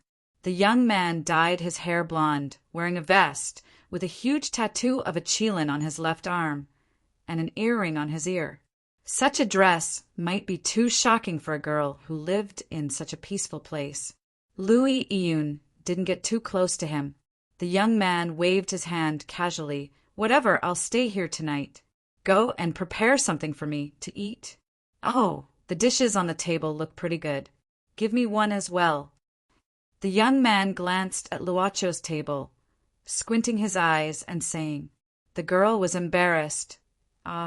Sir, those dishes were prepared by the guests themselves. Our restaurant doesn't have the ability to prepare them. What a shitty place is this? Do the guests need to prepare their own food? The young man frowned. Oui. Lu Yiyun didn't know what to say at once. The young man was dissatisfied. Then what do you have here? Lu Yiyun had to say, My dad went out. He's in charge of the kitchen. If you don't mind, I can cook some dishes. The girl lowered her head. Perhaps she didn't have much confidence in her cooking skills. The young man turned his eyes, walking straight to Luocio's table, pulling out a chair and sitting down without greeting them. He put his hands on the table, squinting his eyes and smiling. Guys, how about setting up a table? I don't think you can finish all the food on the table. I'm really hungry here. If it's convenient for you guys, I'll pay some money. Let's have a meal together. Ren Xiling ignored him. First, she slowly finished the prawn meat in the bowl. Then, she wiped her lips and smiled at the young man. The young man felt there was a chance, smiling too. When he was about to take the bowl and chopsticks, Ren Xiling said indifferently, Not for sale. Sell what? It was made by her future daughter-in-law to show filial piety to her future mother-in-law. Sub-editor Rin didn't want to use it to greet a stranger, who said, I can't finish it. I'll finish it even if I'm stuffed to death. The young man narrowed his eyes even more. He suddenly chuckled and said, I think the seafood on this table is quite presentable. 5,000. If you let me eat a portion, I'll give you 5,000. 5,000. That's a lot. Ren Xiling was surprised, and then said expressionlessly, Not for sale. Besides, can you go away if you don't have anything else? Don't disturb us eating. The young man shrugged his shoulders and stood up suddenly. He stood and looked down, looking at Luocio, Ren Xiling, and Lizzie whistling and chuckling. What a pity, such a good table of food. Don't eat it. His face suddenly darkened. "Don't eat it." The young man reached out with lightning speed and grabbed the table with both hands. It seemed that this guy was going to flip the table, looking like a rogue tyrant. Unexpectedly, the young man's face turned red, and he couldn't flip the table at all. His eyes suddenly became astonished, looking at the three people in front of him. The two women were holding bowls, looking at him in astonishment. Only the silent young man pressed his palm on the table, intentionally or unintentionally. At this moment, the young man's hands seemed to feel that they had been pricked by something and quickly retracted them. Just when he was astonished, Luacho picked up some dishes with chopsticks. "If you're hungry, eat something." He slowly pushed the bowl of food over. "It doesn't cost anything. Just eat." The young man swallowed his saliva secretly, subconsciously wanting to pick up the bowl. Unexpectedly, when he held the bowl in his hand, he felt the terrifying weight of the bowl. No matter how hard he tried, it was as if he couldn't lift the bowl. The young man with a special background suddenly knew that he might have met a master, and he was so scared that his back was covered with cold sweat. "Why don't you eat it?" Luacho glanced at it and smiled. "It tastes good." The young man was suddenly scared. He looked at Luacho and his heart jumped. "If I could take it, I would have picked it up long ago." I'm sorry, I lost my temper because I was too hungry." He swallowed his saliva, stepped back, and waved his hand. "I'll eat the food made by the little girl. I'm sorry, I'm really sorry." Looking at this young man with blonde hair, tattoos and earrings on his arms, and a domineering aura, apologizing and retreating in a comical manner, Rinziling opened her mouth and whispered in astonishment, "Is this guy mentally retarded?" Lizzie said thoughtfully, "Sister Rin, I think it's Luacio's indifference that scared the gangster away. You see, ordinary people would have been scared if they met him. We are not afraid and we are calm. This kind of person is probably worried about our background, so he didn't act rashly." "Well, it makes sense." Rinziling looked at Luacho and sized him up. "My boy is really scary when he doesn't talk." "He is the type who is difficult to get along with, right?" Lizzie added silently in her heart. In fact, she didn't dare to look at Luacho directly. Luacho said, "Hurry up, I'll take some leftovers back to my room. You're tired today, go to bed early." "I have to rush for my manuscript," Rinziling said while eating. "Boy, I'm not feeling well tonight, don't make trouble for me." "Was it better to ask that guy to flip the table?" Rinziling said again. "Be careful at night, lock the door. That guy didn't look like a good person. Remember to shout if something happens." Lizzie nodded. After a while, Rinziling and Lizzie went back to their room. Luacho was pretending to pack food. Louis Iun ran into the kitchen and didn't dare to come out. The young man suddenly looked over, hesitated for a while, and then said carefully, "Senior, I'm sorry to offend you just now." "You didn't do anything, it's nothing," Luacho said indifferently. The young man took a deep breath. "I felt a light demon aura, so I wanted to test it. I didn't expect there's such a senior here. I'm just showing off my slight skill in front of an expert, making a fool of myself." Luacho didn't respond. The bowl and the table couldn't be lifted because they experienced two different forces. There were 4 different forces altogether. 2 of them were made by himself. As for the other 2, it was Lizzie. She first fixed the table, and then Luacho's force. The bowl of food was the same, 2 different forces, one of which came from the club boss, or the young man wouldn't be so embarrassed. Seeing Luacho didn't say anything, the young man knew some senior cultivators were like this, so he had to say, "Now that I think about it, the little demon beside you should be your servant." Luacho didn't want to talk to him, and threw him a "you're so annoying" look. The young man didn't seem to feel it, suddenly whispering, "Senior, you came here for that legend, right?" "What legend?" Luacho stopped. The young man smiled. "Senior, let's not beat around the bush. Dozens of years ago, a sea monster appeared in this area. All these years, they have been disappearing without a trace, but recently there are some signs of them reappearing, aren't there?" Saying this, the young man stood up, clasping his hands towards Luaccio, and bowed slowly. To be honest, I came here to find the trace of that sea monster. I hope Senior can join hands with me to eliminate this sea monster from the deep sea. Not interested. Luaccio said indifferently, I'm not here for this. Hey, Senior, Senior, please wait. The young man hurriedly shouted. I'm Momo, the successor of Dragon Tiger Mountain. Senior. Luaccio had already walked out of the canteen. Momo frowned, sitting down again, mumbling to himself. I heard this is the territory of Xian, Huanjindao. Is he the successor of this mysterious sect? If not for this, then what is he here for? Momo's fingers tapped on the table, thinking, Master said I was born with great inspiration, and now I'm much more powerful than him when he was young. I haven't met a match on the way down the mountain. It's rare to meet a master. Should I have a try? I didn't prepare well just now, so I suffered a loss. I can't ruin the reputation of Dragon Tiger Mountain like this. Guest, your food. Luin carried the plate, walking out carefully. Momo smiled. He wiped his wet hair back, taking the plate from Luin's hands, saying softly, Little girl, I'm sorry I didn't scare you just now. Looking at Momo's completely different spirit, Luin was stunned. This man was quite good-looking. It's okay, Anian. Chapter 217. Genius remembers love in 1 second, divided by small? We provide you with wonderful novels to read. Ice cubes were added into the cold water. The club boss was sitting on a deck chair near the French window, listening to the wind and rain. The wind and rain by the sea were different from those in the city. Dragon Tiger Mountain. He stood beside Luaccio, answering his question. Basically, I didn't know much about the Eastern Taoist Circle, so I don't know much about the division of this land. But I've heard of Dragon Tiger Mountain. It's famous in the circle. Luaccio shook the ice cubes in the cup, saying softly, I didn't hear much about Dragon Tiger Mountain when I was a child, but most of the stories were about catching ghosts and subduing demons.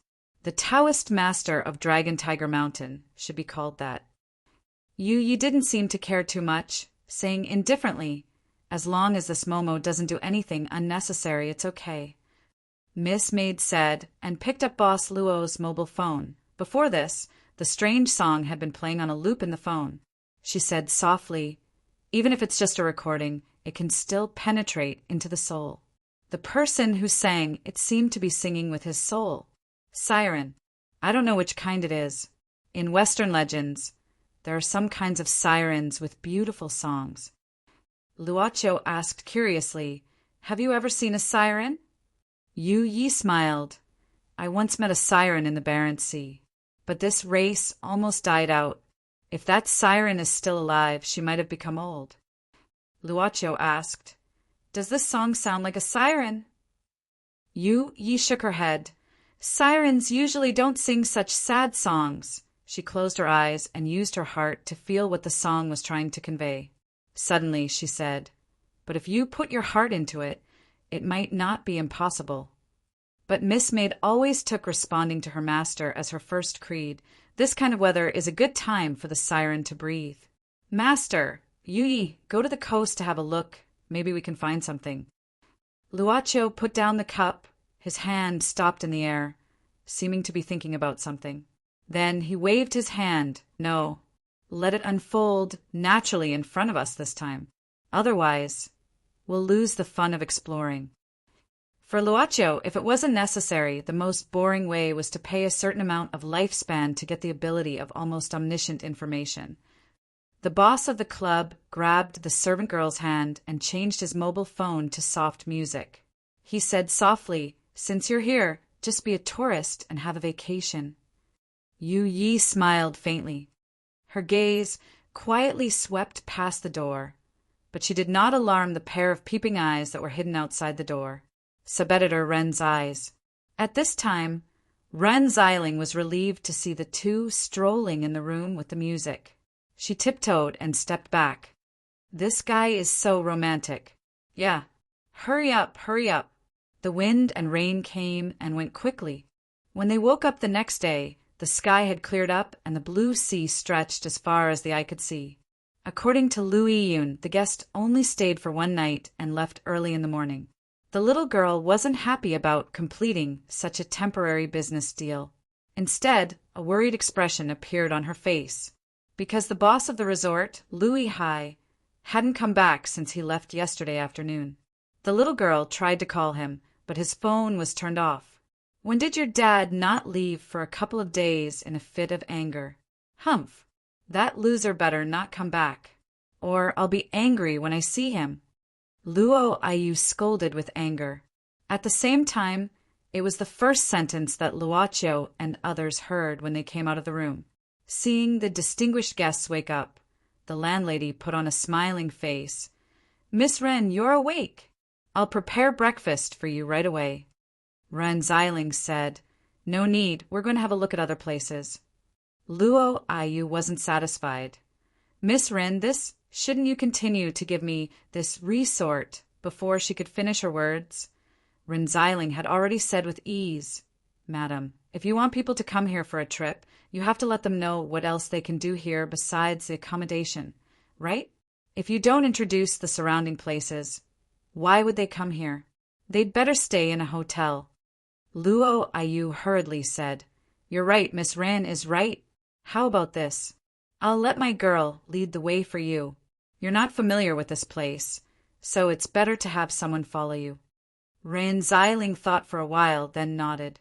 At this time, Luo Ayu pulled her daughter to the side and carefully ordered, "Keep an eye on these people. If they are just playing around and not working, tell me. We can't just spend this advertising fee for nothing." How should she say it? After all, Luo Ayu is still her mother. The little girl just nods silently. Even though Luo Ayu has always been like this, the little girl still doesn't associate her with Mother Lu or Old Lady Wei in the articles she has read in textbooks. "Mom, I'm going out. Grandpa hasn't had breakfast yet." Okay, I'll get it done. He won't starve." Luo Ayu waved her hand and interrupted her impatiently. Though her tone wasn't good, the girl had been used to it after so many years. For the girl, it was quite stressful to be sandwiched between several city people. Especially, there was a woman with excellent cooking skills who was much more beautiful than the stars on TV. Louis Yun felt like an ugly duckling. "Alas, it's not easy for you, kid. Your mother probably asked you to keep an eye on us to see if we're playing." Ren Xiling, who was driving, suddenly said. Louis Yun didn't know how to reply, so she didn't know how to say it now. No, Mom is afraid that you don't know the way and will get into trouble, so okay. Ren Xiling shook her head. "I've taken your money, so I'll do it seriously.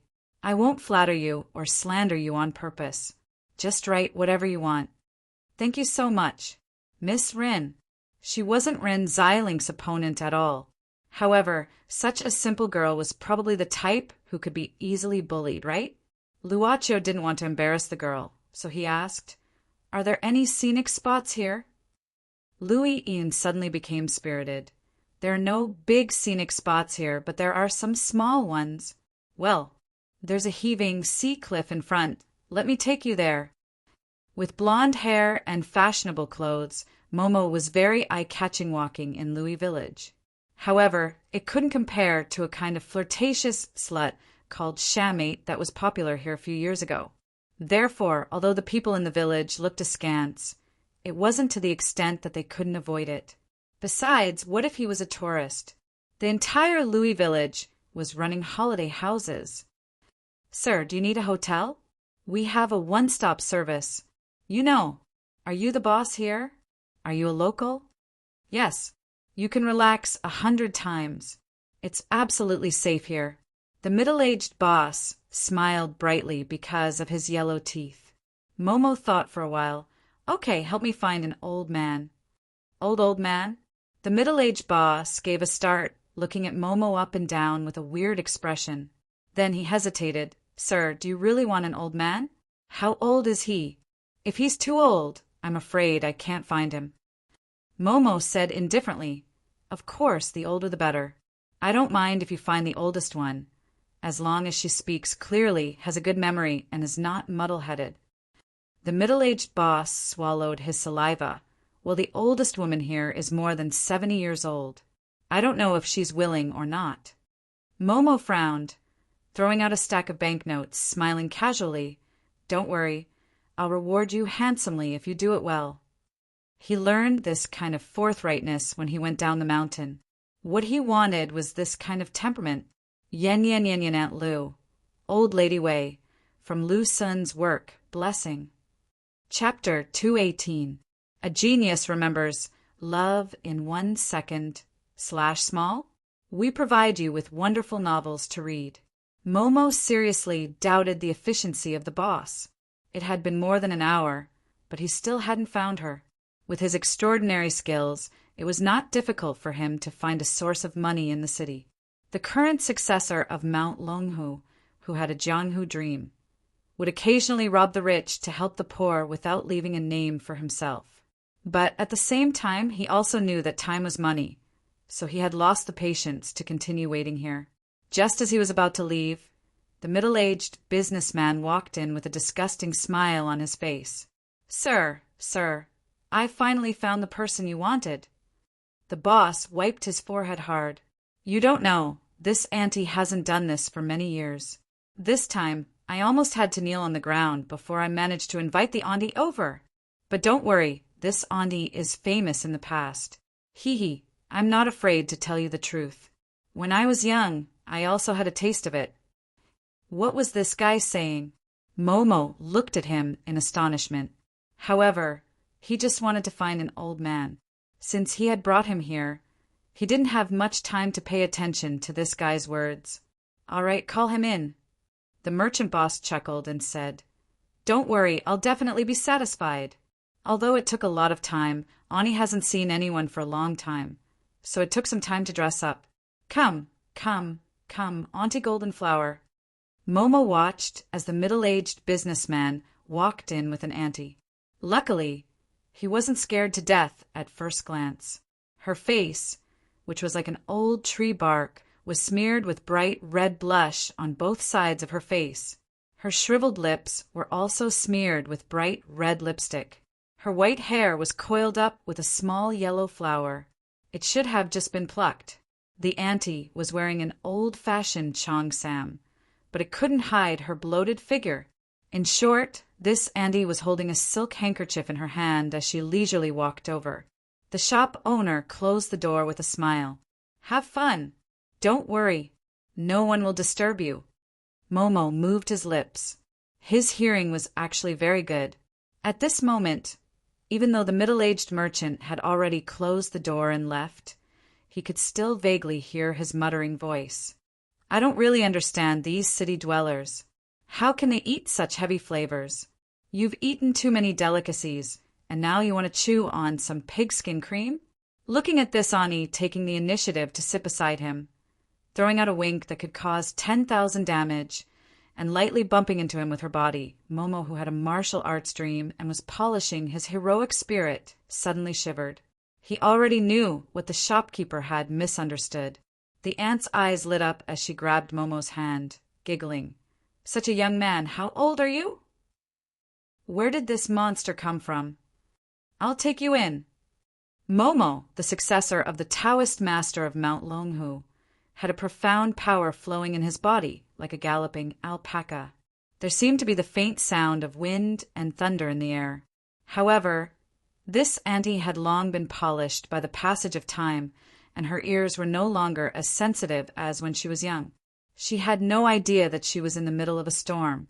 The auntie stood up and smiled. Her small mouth, which had long been reduced to only her gums, opened and said, "Little brother, it's getting late. Let's play early. Be gentle when you take me in." Momo took a deep breath. His reason was on the verge of collapse. He stretched out his hand and poked the woman's forehead with force as he chanted an incantation. Only then did the aunt stop. Looking down, Momo emitted an awe-inspiring aura like a stone statue worshipped in an old temple. His eyes flashed with golden lightning as he shouted in a low voice. That auntie trembled slightly, her heart pounding. Then she looked at Momo in awe. Listen, I'm the successor of the Taoist master of Mount Longhu. I'm here to get rid of the evil spirits. I'm only looking for you because I want to know more about the monsters in the sea. You better show some respect. The ant's heart was beating fast, looking at Momo's awe-inspiring righteousness. She knelt down at once. She didn't know what a high-tech civilization was, but she had heard about monsters and gods since she was young. She didn't worship the gods every day, so she felt she had met a living immortal. Ah, great immortal, great immortal. This old woman doesn't know great immortal. I'm sorry for offending you. Momo sat down, pinching his fingers into the shape of a sword, pointing at her. This Taoist master wants to ask you, do you know what happened to the sea monsters dozens of years ago? The ant hurriedly nodded. I know. I'll never forget that for the rest of my life.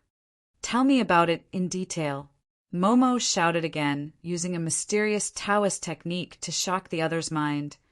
Don't hide anything, otherwise there will be a bloody disaster. I know. The auntie trembled and stood up without hesitation. She lowered her head and said, That was more than 40 years ago. Over 40 years ago, a horrible thing happened in Louis Village. Since then, the entire Louis Village was in chaos. Everyone was in a panic, hiding in their own rooms, rarely coming out. The auntie sighed and said, I still remember that day. Like last night, there was a sudden rainstorm. The boat on the shore was overturned at once. Suddenly, a huge clap of thunder came from the sky and happened to land on the cliff. The next stone struck down a huge boulder and rolled into the sea. This is the sea cliff. Louis Iyun pointed at the cliff in front. Her voice was like an oriole's. It sounded along with the wind under the influence of the girl's unique vitality. This mountain road was built 10 years ago for tourism development. When we were little, we couldn't get there without half a day. Driving along the small road built by the mountain road, Luo Qiu looked at the exquisite edge and asked with interest, Why does this cliff seem to be missing a corner? Lu Yun said, I heard that a long time ago there was a thunderbolt here and it was split open at once. Split? Ren Xiling gave a start. Louis Yun nodded. At this moment, Li Zi suddenly exclaimed, Look, is there someone standing on the top of the cliff? Chapter 219. Genius 1. Second, remember love, divided by little? This is a wonderful novel for you to read. 40 years ago, a horrible thing happened in Louis Village. But it wasn't about the lightning striking the Chow Cliff. Love, go, little, say, net. Chew because it was just a beginning for the people in Louis Village. From then on, there was an old man living alone, then a strong young man, and then a child. A strange disease started to spread in this closed fishing village. Strange disease? What kind of disease? Momo frowned. Even though a few decades had passed, the Ani still had a terrified expression on her face when she thought about it. She trembled as she said, That's not a strange illness. It's the devil's curse. Yes, it's a curse. I saw it with my own eyes. One of my sisters. So horrible. So horrible. They're not human beings. They're monsters. Quiet. Momo scolded. A golden light flashed on his fingertip, and he pointed at the middle of the ant's eyebrows again. The auntie calmed down a little, but she still had a panicked expression on her face. She widened her eyes. At first, it was the hands, then the feet. In the beginning, what grew out were antlers. Then, they became densely packed and hard. Finally, it was like corals at the bottom of the sea. His arms, legs, they've all turned into corals. The ant turned back, pointing at a corner of the room with her trembling finger. That day, I saw it when I came in. She was hiding here. She hid behind the door, shrinking her body. She looked at me, frightened and panicked. I was so scared that I almost fell down on the ground. I ran out. Momo didn't speak. The ant paused for a while before continuing. It's the punishment of the sea god. Old Immortal Huang said that we were disrespectful to the sea god, so we were punished. Who's old immortal Huang? Momo asked suddenly. The ant said, She's the old immortal Huang. She's very efficacious. She can do divination and invite the dead. The children in the village are just 1 month old. If they're scared, they'll invite her to shout the alarm. Momo sneered in his heart, Old immortal Huang? Old fraud Huang? A few decades ago, those who pretended to be gods and deceived ghosts in the backward villages were not the true disciples of any Taoist sections. Some of them had learned some superficial knowledge from somewhere, and some of them were just tricks to deceive others. What happened after that? The ant glanced at Momo with hesitation, but looking at his serious eyes, she didn't dare to keep anything from him.